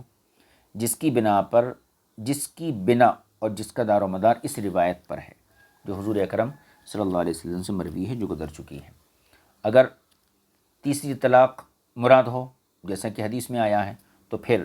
فَإِن طَلَّقَهَا کے الفاظ لازماً یعنی ضروری طور پر تصریح باحسان کا بیان بنیں گے۔ اس اعتبار کے پیش نظر معنی یہ ہوگا کہ جب ثابت ہو گیا کہ 2 طلاقیں ہو جانے کے بعد رجوع کر کے اس عورت کو اپنے نکاح میں روک لینا ضروری ہے یا پھر تیسری طلاق دے کر اس کی خلاصی کر دینا ضروری ہے، پھر اگر مرد خلاصی کر دینے کو اختیار کرتا ہے، اس کو آزاد کرنا چاہتا ہے، تو اب وہ عورت اس کے لیے اس وقت تک حلال نہیں ہوگی جب تک وہ کسی دوسری جگہ شادی کر لے۔ اس صورت میں آیت مذکورہ میں اس بات پر کوئی دلالت نہیں رہے گی کہ خلا کے بعد طلاق دینا ضرور شرع جائز ہے۔ آگے گفتگو دیکھیے۔ اس تمام گفتگو اور اعتراض و جواب کا خلاصہ یہ ہے کہ خلا کوئی مستقل طلاق نہیں ہے، بلکہ یہ الطلاق مرتان میں ہی داخل ہے، اور فَإِن طَلَّقَهَا حرف فا کے ظاہری معنی کے اعتبار سے اس بات کا تقاضا کرتا ہے کہ خلا کے بعد طلاق کی مشروعیت ہے، یعنی خلا کے بعد طلاق دے سکتے ہیں، اور چونکہ اس کا ماقبل سے اتصال ہے اس لیے خلا چوتھی طلاق نہیں بنے گا۔ اگر اتصال نہیں ہوتا تو پھر خلا کو چوتھی طلاق کہا جا سکتا تھا۔ یہاں امام شیخ فخر الاسلام بزدوی رحمۃ اللہ علیہ نے کچھ گفتگو فرمائی ہے۔ اس کو صاحب کتاب ذکر فرما رہے ہیں۔ آپ کا کلام انتہائی گہرائی میں اترا ہوا ہے۔ فرماتے ہیں حرف فا ایک خاص حرف ہے جو مخصوص معنی کے لیے وضع کیا گیا ہے۔ وہ مخصوص معنی کیا ہے؟ وصل اور تعقیب ہے، ملانا اور پے در پے کا معنی دینا۔ اس حرف نے طلاق کو مال کا فدیہ دے کر حاصل ہونے والی جدائی یعنی خلا سے ملایا ہے، جس سے یہ لازم آتا ہے کہ خلا کے بعد طلاق دیا جانا درست ہے۔ تو جن حضرات نے اسے طلاق رجعی سے ملایا اور اس کی وجہ سے خلا کے بعد 2 طلاق کے واقع ہونے کو باطل کر دیا، ایسا کرنے سے نہ اس پر عمل ہوا اور نہ اس کا بیان بنا۔ یہ کلام باریک اور گہرا اس لیے ہے کہ امام موصوف نے لفظ انما وانما وصل الطلاق بالافتداء بالمال میں ذکر فرمایا ہے، یعنی انما جو اس بات پر دلالت کرتا ہے کہ اللہ تعالیٰ کا قول، اللہ تعالیٰ کے قول فَإِن طَلَّقَهَا کا الطلاق مرتان سے بالکل تعلق نہیں ہے، اور یہ بات فاسد ہے، یعنی مطلب یہ ہے کہ یہ بات غلط ہے، تعلق ہے۔ ہاں، امام موصوف کے کلام کو اس فساد سے دور رکھنے کے لیے اگر یوں کہا جائے کہ لفظ انما آپ کے کلام میں حصر کے لیے نہیں ہے بلکہ محض تاکید کے لیے، اور آپ کی اس کے ذکر کرنے سے مراد یہ ثابت کرنا ہے کہ اس کا خلا کے ساتھ وصل ہے۔ امام موصوف یعنی امام فخر الاسلام کے کلام کی تقریر و تفصیل اس طرح ہے۔ قول باری تعالیٰ ہے فَإِن طَلَّقَهَا، اس کا فَإِن خِفْتُم پر عطف ہے، یعنی فَإِن طَلَّقَهَا کا عطف فَإِن خِفْتُم پر ہے۔ جب ایک طریقہ یہ ہے کہ جب ایک جملہ شرطیہ کا اور دوسرا جملہ، ایک جملہ شرطیہ کا دوسرے جملہ شرطیہ پر عطف کیا جائے تو یہ اس بات کا تقاضا کرتا ہے۔ اب یہاں پر دونوں جملے شرطیہ ہیں، فَإِن طَلَّقَهَا یہ بھی شرطیہ، فَإِن خِفْتُم یہ بھی شرطیہ، تو ایک شرطیہ جملے کا دوسرے شرطیہ جملے پر عطف کیا گیا، اور قاعدہ یہ ہے کہ ایک شرطیہ جملے کا دوسرے شرطیہ جملے پر عطف کیا جائے تو یہ اس بات کا تقاضا کرتا ہے کہ دوسرے جملے کا مضمون پہلے جملے کے مضمون کے بعد ہے، اور جملہ شرطیہ کا مضمون یہ ہوتا ہے کہ اس میں جزا کا اس کی شرط پر ترتب ہوتا ہے، جزا شرط کے اوپر مرتب ہوتی ہے۔ لہذا اس آیت کریمہ کا موجب یہ ہوگا کہ مطلقہ عورت کا پہلے خاوند کے لیے حلال نہ رہنا یہ اس بات پر مرتب ہو کہ دوسرا خاوند اس سے شادی کر کے ہم بستری کرے، جبکہ پہلے خاوند نے 3 طلاقیں دے دی ہوں، اور اس بات کو خلا کے بعد ترتیب دیا جائے جس کا دار و مدار اس بات پر ہے کہ میاں بیوی اللہ کی حدود کو قائم نہ رکھ سکیں گے، اور اس تعقیب کے لیے ضروری ہے کہ خلا کے بعد 3 مرتبہ 3 طلاقیں دیا جانا درست ہو، کیونکہ یہ بات قطعی ہے کہ 3 طلاقوں پر حلال نہ ہونے 3 طلاقوں پر حلال نہ ہونے کا مرتب ہونا اس وقت ہے جبکہ وہ خلا کے ترتب کے بعد ہو، جس میں حدود اللہ کے قیام کا خوف ہے۔ اس سے لازم آتا ہے کہ خلا کے بعد 3 طلاقیں دیا جانا درست ہے۔ یہ افادہ استاد علامہ شیخ زاہد شیخ حداد رحمۃ اللہ نے اپنی شرح میں ذکر کیا۔ انتہا کلام، ان کا کلام یہ مکمل ہو گیا۔ تمام مفسرین اکرام اور اہل اصول کا بالاجماع یہ فیصلہ ہے کہ حتیٰ تنکحا زوجن غیرہ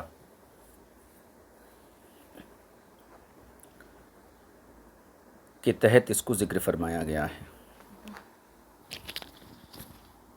یعنی تمام مفسرین اس بات پر متفق ہیں کہ اللہ تعالیٰ کے قول حتیٰ تنکحا زوجن غیرہ کے تحت ذکر فرمایا کہ نکاح لغت میں وطی کو کہتے ہیں، اور یہاں اس سے مراد عقد لیا گیا ہے جو کہ مجاز ہے، یعنی نکاح کا جو حقیقی معنی ہے لغت میں وہ وطی ہے، لیکن یہاں اس سے مراد عقد لیا گیا ہے جو کہ مجاز ہے، اور اس کی دلیل یہ ہے کہ یہاں نکاح کرنے کی اضافت یعنی اس فعل کو سر انجام دینے والا، تو نکاح کی اضافت عورت کی طرف ہے، حتیٰ تنکحا یہاں تک کہ وہ نکاح کرے، کیونکہ عورت وطی کرنے والی نہیں ہوتی ہے بلکہ اس سے وطی کی جاتی ہے، اور وطی کرنے والا مرد ہوتا ہے۔ لہٰذا اس مجازی معنی کی وجہ سے آیت مذکورہ سے یہی بات سمجھ آتی ہے کہ 3 طلاقوں والی عورت کے لیے پہلے خاوند کے پاس جانے کا راستہ اور طریقہ یہی ہے کہ وہ دوسرے خاوند سے نکاح کرے، یعنی نکاح کے ساتھ دخول کی شرط نظر نہیں آتی ہے، صرف نکاح ہے۔ اور اسی بات پر سعید بن مسیب رضی اللہ تعالی عنہ نے اکتفا فرمایا ہے، یعنی صرف نکاح ہی حلالے کے لیے کافی ہے۔ لیکن جمہور کا موقف ہے کہ نکاح کے ساتھ وطی بھی شرط ہے۔ اکثر فقہا اسی بات کے قائل ہیں، یعنی نکاح کے ساتھ وطی کو شرط بنایا گیا ہے، اور وطی کی شرط اگرچہ کتاب اللہ سے سمجھ میں نہیں آتی ہے لیکن حدیث مشہور سے سمجھ میں آتی ہے، اور یہ اصول ہے کہ خبر مشہور کے ذریعے کتاب اللہ کے مفہوم کو متعین کیا جاتا ہے، حتیٰ کہ اس پر زیادتی بھی کی جاتی ہے۔ حدیث مشہور کیا ہے؟ ایک روایت ہے، جناب رفاعہ رضی اللہ تعالی عنہ نے اپنی بیوی کو 3 طلاقیں دیں، پھر ان کی بیوی نے عبد الرحمن بن زبیر رضی اللہ تعالیٰ عنہ سے نکاح کیا، پھر حضور سرور کائنات صلی اللہ علیہ وسلم کی خدمت میں حاضر ہوئیں اور اپنے نئے خاوند کے بارے میں نامرد ہونے کا آپ نے الزام لگایا، یعنی پہلے حضرت رفاعہ کی نکاح میں تھیں، وہ 3 طلاقیں دے دیے، پھر وہ اپنی مرضی سے عبد الرحمن بن زبیر سے نکاح کر لیے، پھر حضرت حضور صلی اللہ علیہ وسلم کے پاس آ کر انہوں نے اپنے نئے خاوند کی شکایت کی، اور اس میں انہوں نے یہ الفاظ استعمال کیے، ما وجدتہ الا کہدبۃ ثوبی ھذا، میں اسے اس کپڑے کے کونے کی طرح لٹکتا ہوا پاتی ہوں، مطلب ان کی نامردی کی طرف اشارہ کیا۔ یہ سن کر حضور نے پوچھا، کیا تو پھر رفاعہ کی زوجیت میں جانا چاہتی ہے؟ وہ کہنے لگی ہاں۔ آپ نے فرمایا، اس وقت تک تو نہیں جا سکتی جب تک کہ تو اس کا، یعنی کس کا؟ عبد الرحمن بن زبیر کا شہد نہ چکھے اور وہ تیرا شہد نہ چکھے، مطلب جب تک دونوں جمع نہ کریں، اس وقت تک تو پہلے شوہر کی نکاح میں نہیں جا سکتی ہے۔ تو قرآن میں اگرچہ وطی کی شرط صراحتاً مذکور نہیں ہے، لیکن حضور اکرم صلی اللہ علیہ وسلم کی یہ حدیث پاک جو حد شہرت تک پہنچی ہوئی ہے، اس حدیث میں حضور نے صاف وضاحت فرما دی کہ پہلے شوہر کی زوجیت میں واپس ہونے کے لیے دوسرے شوہر کا نکاح کافی نہیں ہے، بلکہ وطی بھی شرط ہے۔ ایک روایت تو یہ ہے، اور یہ بھی مروی ہے کہ وہی خاتون دوسری مرتبہ کہنے لگی کہ اس نے مجھ سے جمع کر لیا ہے، تو حضور سرور کائنات صلی اللہ علیہ وسلم نے فرمایا کہ میں تیری دوسری بات میں تیری تصدیق نہیں کرتا، کیونکہ وہ پہلی بات کے مخالف ہے کہ پہلے تم نے کہا تھا کہ میرا شوہر نامرد ہے، اور اب تمہارا یہ کہنا ہے کہ اس نے مجھ سے وطی کی ہے، تو میں تمہاری دوسری بات کی تصدیق نہیں کرتا ہوں۔ یہ حضور کے سامنے یہ تذکرہ ہوا، گویا حضور نے وطی کو شرط قرار دے دیا پہلے شوہر کی زوجیت میں جانے کے لیے۔ پھر یہی عورت صدیق اکبر رضی اللہ تعالیٰ عنہ کے دور میں ان کے پاس آئی، اور وہی پرانی بات پھر سے اس نے دہرائی، تو انہوں نے بھی فرمایا تو اس کے پاس نہیں جا سکتی۔ پھر یہی عورت حضرت عمر بن خطاب،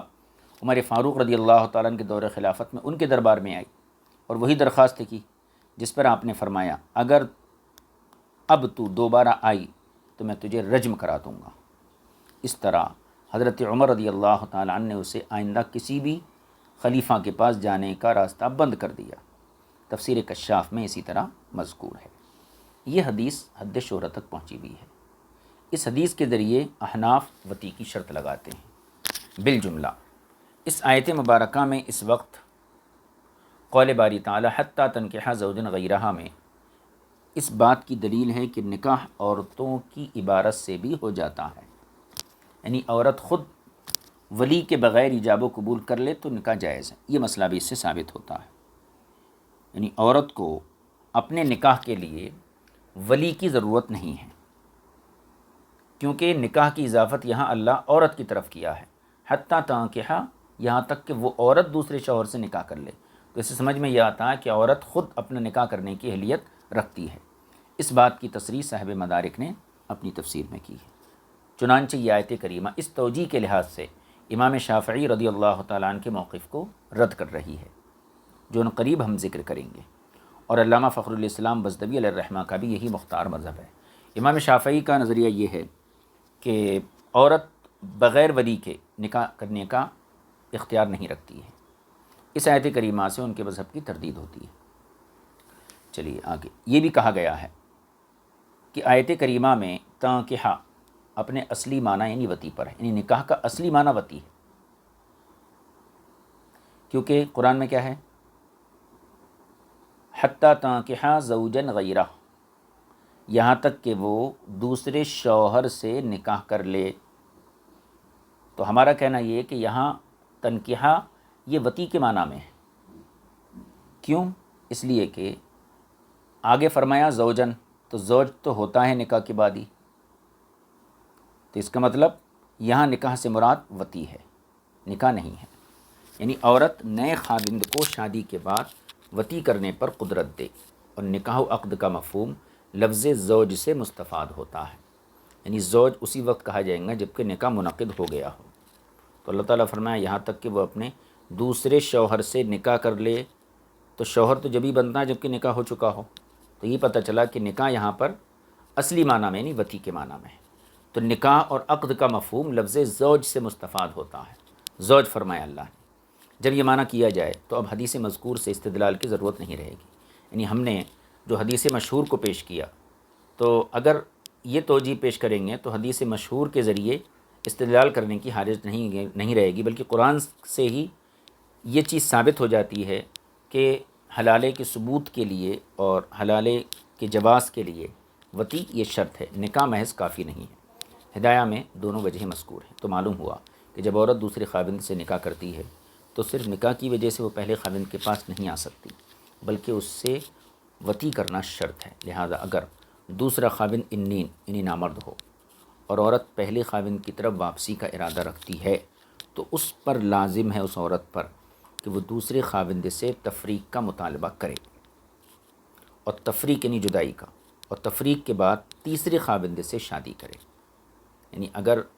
ایک شوہر نے اسے 3 طلاقیں دے دی، اب وہ اس کے نکاح سے نکل گئی، اب دوسرے شوہر سے نکاح کیا، دوسرا شوہر انین نکلا، نامرد نکلا، تو اس پر ضروری ہے کہ اس سے جدائی کا مطالبہ کرے، اور قاضی کے پاس جو ہے جا کے مقدمہ دائر کرے کہ یہ شوہر جو ہے شوہر بننے کے قابل نہیں ہے، پھر وہ تیسرے سے نکاح کرے۔ اگر تیسرا بھی نامرد ہو تو اس سے بھی تفریق کرے، اور اس سے تفریق کے بعد چوتھے سے شادی کرے، حتیٰ کہ کوئی خاوند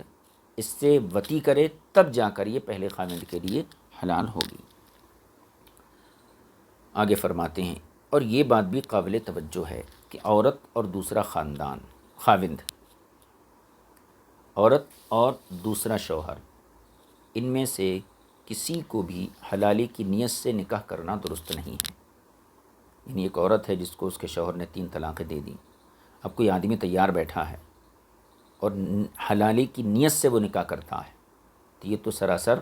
ایک قسم کی عیاشی ہوتی ہے، یہ درست نہیں ہے۔ کیونکہ حضور اکرم صلی اللہ علیہ وسلم نے ارشاد فرمایا ہے، لعن اللہ المحلل والمحلل لہ، اللہ تعالیٰ نے حلالہ کرنے والے اور جس کے لیے حلالہ کیا گیا دونوں پر لعنت کی ہے۔ اور حلالی کی نیت سے کیا گیا نکاح یہ نکاح فاسد ہے، یہ نکاح صحیح نہیں ہوتا ہے۔ یہ قول یعنی فساد نکاح امام مالک، امام اوزاعی، ابو عبید، امام شافعی رضی اللہ تعالی عنہ کا قول ہے۔ البتہ امام اعظم کے نزدیک جائز ہے لیکن مکروہ ہے، اور یہ بات طے ہے کہ علماء جب مکروہ کا لفظ مطلقاً بولتے ہیں تو اس سے مکروہ تحریمی جو قریب حرام ہوتا ہے وہی مراد ہوتا ہے۔ اور اگر اس نکاح میں حلالہ کرنے کا ارادہ صرف دل میں چھپا رکھا ہے اور دونوں میں سے کسی نے اس کی وضاحت نہیں کی ہے، عورت بھی نہیں بول رہی ہے، آدمی بھی نہیں بول رہا ہے، صرف دل میں ہے یہ بات، تو پھر یہ نکاح کراہت کے بغیر جائز ہے، صرف نکاح۔ اس کے لیے شرط یہ ہے کہ مرد کا اعلی تناسل یعنی کہ فرج مرات میں داخل ہونا چاہیے، یعنی صحبت ہونا چاہیے۔ دخول کے ساتھ انزال کی شرط نہیں ہے، کیونکہ یہ شرط کتاب اللہ اور حدیث مبارکہ پر زیادتی ہے، اور ایسا یہاں چھوکرے کا لفظ استعمال کیا گیا ہے،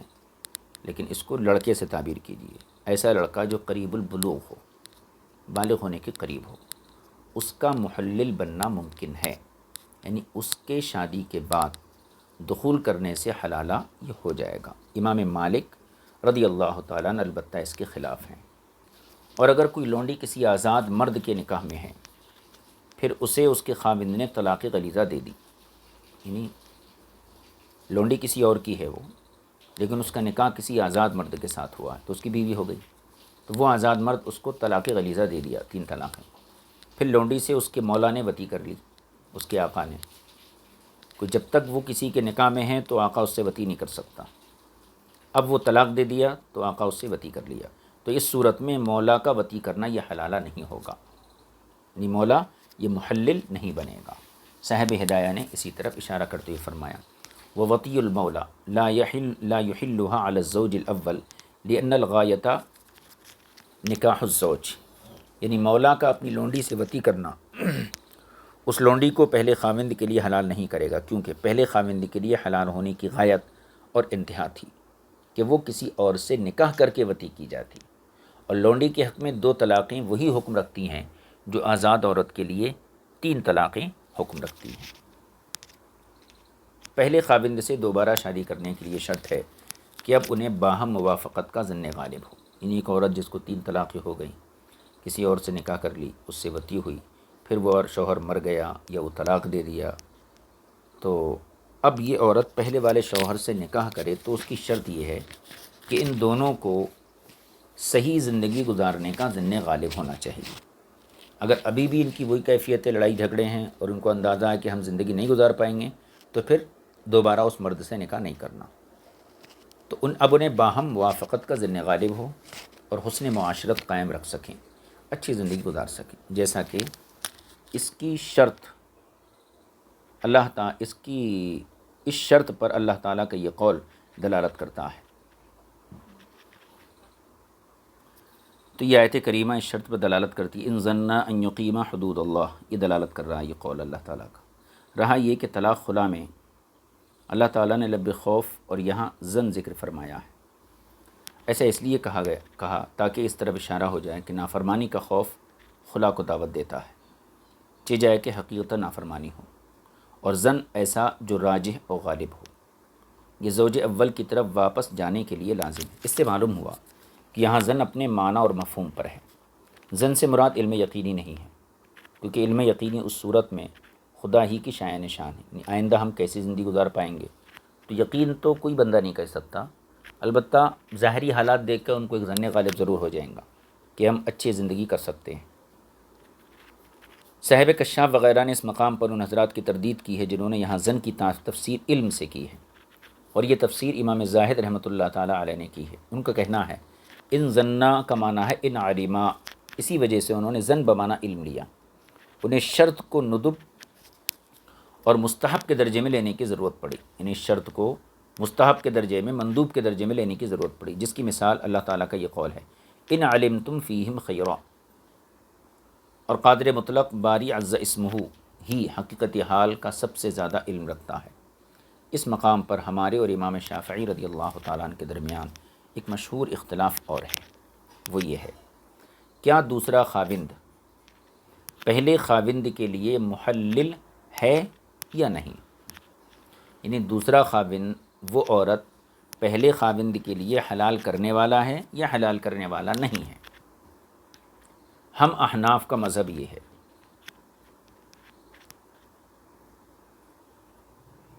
کہ حرمت غلیظہ کو وہ ختم کرتا ہے، یہ امام شافعی کا مذہب ہے۔ ہمارے مذہب میں دوسرا خاوند پہلے خاوند کے حق میں محلل ہے، اور امام شافعی کے یہاں صرف حرمت غلیظہ کو دوسرا شوہر ختم کرتا ہے۔ اس اختلاف کا ثمرہ اور نتیجہ اس سے ظاہر ہوگا کہ کیا پہلا خاوند دوبارہ اسی عورت سے نکاح کرنے کے بعد 3 طلاقوں کا مالک ہوگا، خواہ اس نے پہلی مرتبہ اس عورت کو طلاق دیتے وقت 3 طلاقیں دی تھیں یا نہیں دی تھیں، جیسا کہ ہم احناف کا موقف ہے۔ یا یہ کہ اگر اس نے پہلی مرتبہ 3 طلاقیں دیں تو اب دوبارہ نکاح کرنے کی صورت میں پھر سے 3 طلاق کا مالک ہوگا، اور اگر پہلی مرتبہ 1 یا 2 طلاقیں دے کر فارغ کر دیا، نکاح سے باہر کر دیا، تو اب دوسری مرتبہ بقیہ طلاقوں کا مالک ہوگا، یعنی 1 دے کر فارغ کیا تھا اب 2 کا، اور اگر 2 دے کر فارغ کیا تھا تو اب صرف 1 کا مالک ہوگا۔ یہ امام شافعی کا مذہب ہے۔ امام فخر الاسلام اور دیگر حضرات نے خاص کی بحث میں یہ ذکر کیا ہے کہ لفظ حتیٰ امام شافعی کے نزدیک خاص ہے، جس کا معنی ہے نہایت، یعنی انتہا۔ گویا حتیٰ تنکحا زوجن غیرہ، دوسرے شوہر سے نکاح کرنا یہ اس حرمت کی انتہا ہے جو پہلے شوہر کے طلاق دینے کی وجہ سے پائی گئی تھی۔ تو حتیٰ امام شافعی کے یہاں خاص ہے، جس کا معنی نہایت، انتہا ہے۔ لہٰذا دوسرے خاوند کو پہلے خاوند کے لیے محلل بنانا خاص پر زیادتی کرنا ہے، اور ہم احناف کے نزدیک دوسرے خاوند کا محل ہونا حدیث اسیلہ وغیرہ سے ثابت ہے۔ لیکن ان حضرات میں سے کسی نے بھی ایسی گفتگو نہیں کی جو واضح اور روشن تر ہو، جیسا کہ شیخ صفی نے المنار کی شرح میں فرمائی ہے، اور ہم کہتے ہیں اس مقام پر تحقیقی گفتگو یہ ہے۔ اب وہ تحقیقی گفتگو امام اعظم اور امام شافعی رحمہم اللہ دونوں اس بات پر متفق ہیں کہ اگر پہلے خاوند نے اپنی بیوی کو 3 طلاقیں دیں، پھر اس عورت نے کسی اور مرد سے شادی کر لی، پھر اس نے بھی طلاق دے دی، اور پھر اس نے پہلے خاوند سے شادی کر لی، تو اب وہ پہلا خاوند نئے سرے سے مستقل 3 طلاقوں کا مالک ہوگا۔ اس میں کوئی اختلاف نہیں ہے۔ مطلب یہ ہے کہ نکاح ختم ہونے کے بعد، عورت حرام ہونے کے بعد، اب دوبارہ جب اس کے نکاح میں وہ آئی تو پھر سے یہ شوہر 3 طلاق دینے کا مجاز ہو گیا، اختیار مل گیا، اس کو مالک بن گیا، اور اس نے پہلے جو 3 طلاقیں دی تھیں ان کا اب کوئی اعتبار نہیں ہوگا۔ لہٰذا ان دونوں ائمہ حضرات امام اعظم اور امام شافعی، ان کے درمیان اختلاف اس مسئلے میں ہے کہ اگر پہلے خاوند نے 3 طلاق سے کم دی تھیں اور فارغ کر دیا تھا، پھر اس نے دوسری مرد سے شادی کر لی، پھر دوسرے بھی طلاق دے دی، اب دوبارہ پہلے خاوند کے نکاح میں آ گئی، اس صورت میں امام اعظم اور امام ابو یوسف یہ حضرات فرماتے ہیں کہ اس صورت میں بھی پہلا خاوند 3 طلاقوں کا مالک ہوگا، جیسے کہ پہلے مسئلے میں بالاتفاق 3 طلاقوں کا مالک تھا، جبکہ امام محمد اور امام شافعی یہ فرماتے ہیں کہ اس صورت میں بقیہ طلاقوں کا مالک ہوگا، یعنی اگر پہلے 2 دے کر فارغ کیا تھا تو اب 1 کا مالک ہوگا، اور پہلے 1 طلاق دے کر فارغ کیا تھا تو اب 2 کا مالک ہوگا۔ یعنی جو حکم پہلے والے مسئلے میں تھا کہ زوج اول جب 3 طلاقیں دے کر فارغ کیا، عورت حلالے کے بعد واپس آئی، تو بالاتفاق دونوں ائمہ کے نزدیک یہ 3 طلاق کا مالک تھا۔ لیکن اگر ابتداً اس نے 2 طلاقیں 3 نہیں دی تھیں، 1 دی تھی یا 2 دی تھی، اس کے بعد عدت گزر گئی، نکاح کے باہر کر دیا، عورت دوسرے سے نکاح کر لی، پھر اس کے نکاح میں آئی، اب اس صورت میں اختلاف ہے۔ امام اعظم اور امام ابو یوسف کے نزدیک پھر سے یہ شوہر جو ہے 3 طلاقوں کا مالک بنا گیا، جیسے کہ پہلے مسئلے میں مالک تھا۔ لیکن امام شافعی اور امام محمد ان کے نزدیک اب یہ بقیہ طلاقوں کا مالک ہوگا، یعنی شروع میں اگر پہلی مرتبہ اگر اس نے 2 دی تھی تو 1 کا مالک، اور 1 دی تھی تو 2 کا مالک رہے گا۔ امام ابو حنیفہ رضی اللہ تعالیٰ نے اس بارے میں جو استدلال کیا ہے، تمسک یہ ہے کہ دوسرا خاوند محلل ہے، یعنی نئے سرے سے نئی حلت ثابت کر دیتا ہے، یعنی نئے سرے سے عورت کو پہلے والے شوہر کے لیے حلال کر دیتا ہے، تو اس نئی حلت کے مطابق اس کا حکم بھی ثابت ہوگا، اور وہ 3 طلاقوں کا مالک ہونا ہے۔ یعنی یہ عورت جب دوبارہ پہلے مرد کے نکاح میں آئی تو ان کی نئی شادی ہے، اور کسی عورت سے بھی نئی شادی کی جائے تو شوہر کو 3 طلاق دینے کا اختیار ہوتا ہے، لہٰذا یہاں بھی خاوند 3 طلاقوں کا مالک ہوگا۔ یہ استدلال تھا امام اعظم کا۔ البتہ امام شافعی رضی اللہ تعالیٰ عنہ کا احتجاج اور اپنے موقف پر دلیل یہ ہے کہ آیت مبارکہ میں لفظ حتیٰ، یعنی حتیٰ تنکحا زوجن غیرہ، تو حتیٰ یہ خاص ہے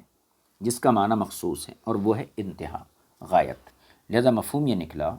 کہ دوسرے خاوند کا اس عورت سے نکاح کرنا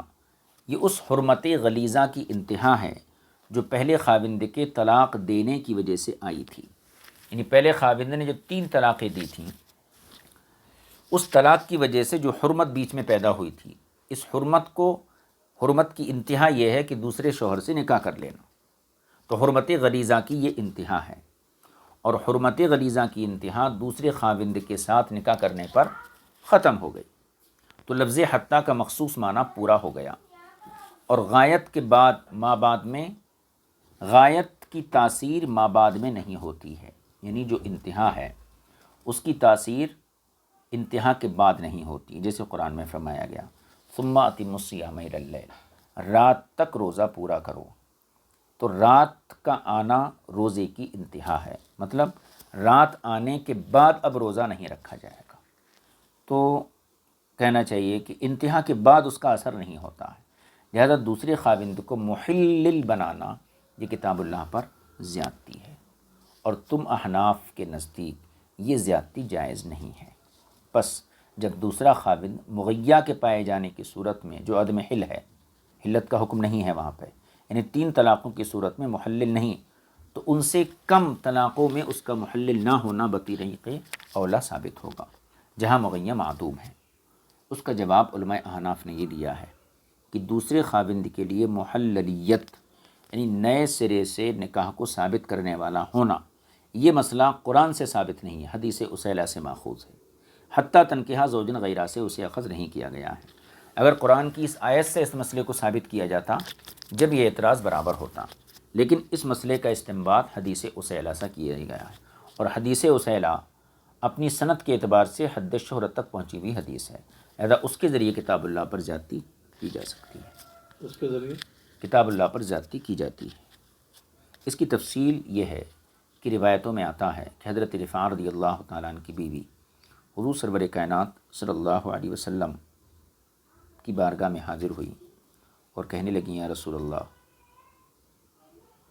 مجھے 3 طلاقیں دی تھیں، پھر میں نے عدت گزرنے کے بعد حضرت عبد الرحمن بن زبیر رضی اللہ تعالیٰ عنہ سے نکاح کر لیا، اور انہیں میں نے اس کپڑے کے کونے کی طرح لٹکتا ہوا پایا، یعنی جمع کرنے کے قابل نہیں تھے وہ۔ یہ سن کر حضور اکرم صلی اللہ علیہ وسلم نے پھر پوچھا، کیا تو رفاع کے پاس واپس جانے کا ارادہ رکھتی ہے؟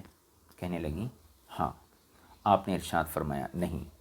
جب تک تم اس کا شہد نہ چکھو اور وہ تمہارا شہد نہ چکھے، یعنی جمع جب تک نہ کر لو واپس نہیں ہو سکتی ہو۔ یہ حدیث مشہور ہے، اسے امام شافعی رضی اللہ تعالیٰ عنہ نے بھی قبول کیا ہے، کیونکہ وہ بھی دوسرے خاوند کے لیے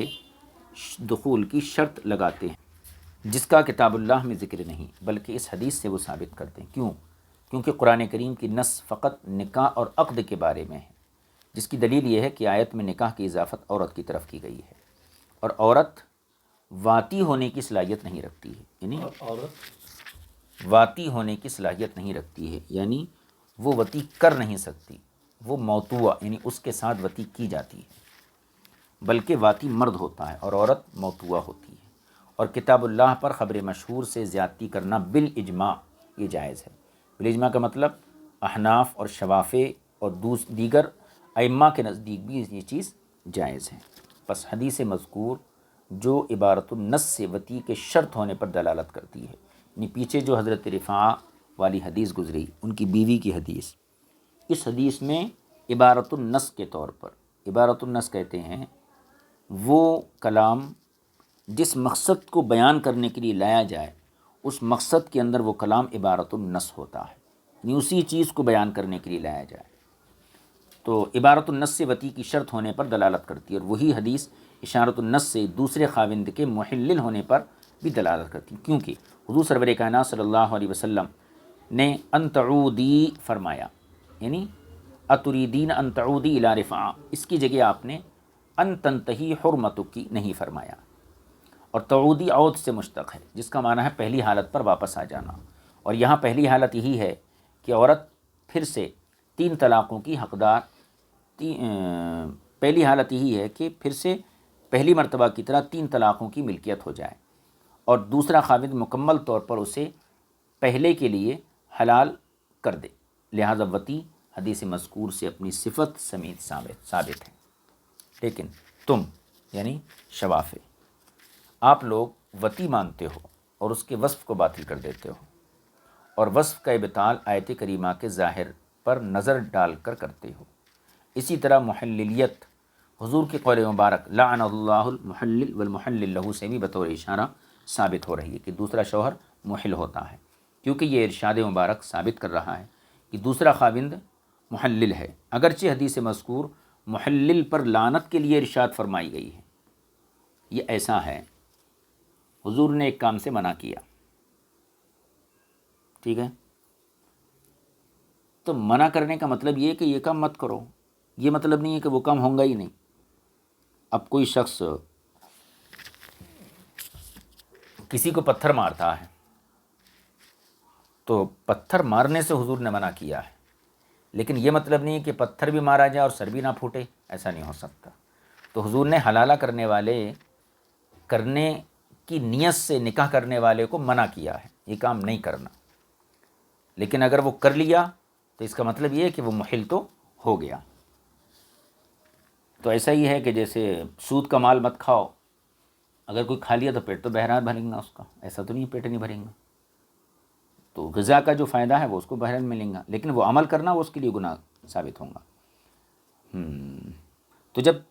دوسرا خاوند 3 طلاقوں کی صورت میں محلل ہوا تو 3 سے کم طلاقوں کی صورت میں بدرجہ اولا حل ناقص کا مکمل کرنے والا ہوگا، یہ جو کم حلت تھی۔ اب دیکھیے 3 طلاقیں دیتے ہیں تو پورے کو عورت حرام ہو گئی، ایک دم نکاح سے نکل گئی، اور 3 سے کم دیا تو پھر یہ کچھ حرمت آتی ہے، کچھ حلت رہتی ہے۔ تو 3 طلاقوں میں پوری حرمت آ جاتی ہے۔ جب پوری حرمت کے بعد 3 طلاق کا مالک پھر سے بن جاتا ہے انہیں، تو کم حرمت کی صورت میں بدرجہ اولا یہ 3 طلاق کا مالک بن جائیں گا۔ لہذا پہلا خاوند اس صورت میں بھی جبکہ اس نے پہلی مرتبہ 3 سے کم طلاقیں دی تھیں، نئے سرے سے 3 طلاقوں کا مالک ہوگا، جس طرح 3 طلاقیں دینے کی صورت میں بالاتفاق مالک تھا۔ کتب اصول میں جو کچھ لکھا گیا ہم نے اس کا خلاصہ عرض کر دیا۔ اس پر سوالات بھی ہیں، پھر ان کے جوابات بھی دیے گئے ہیں جو اصول فقہ کی بڑی بڑی کتابوں میں مذکور ہیں۔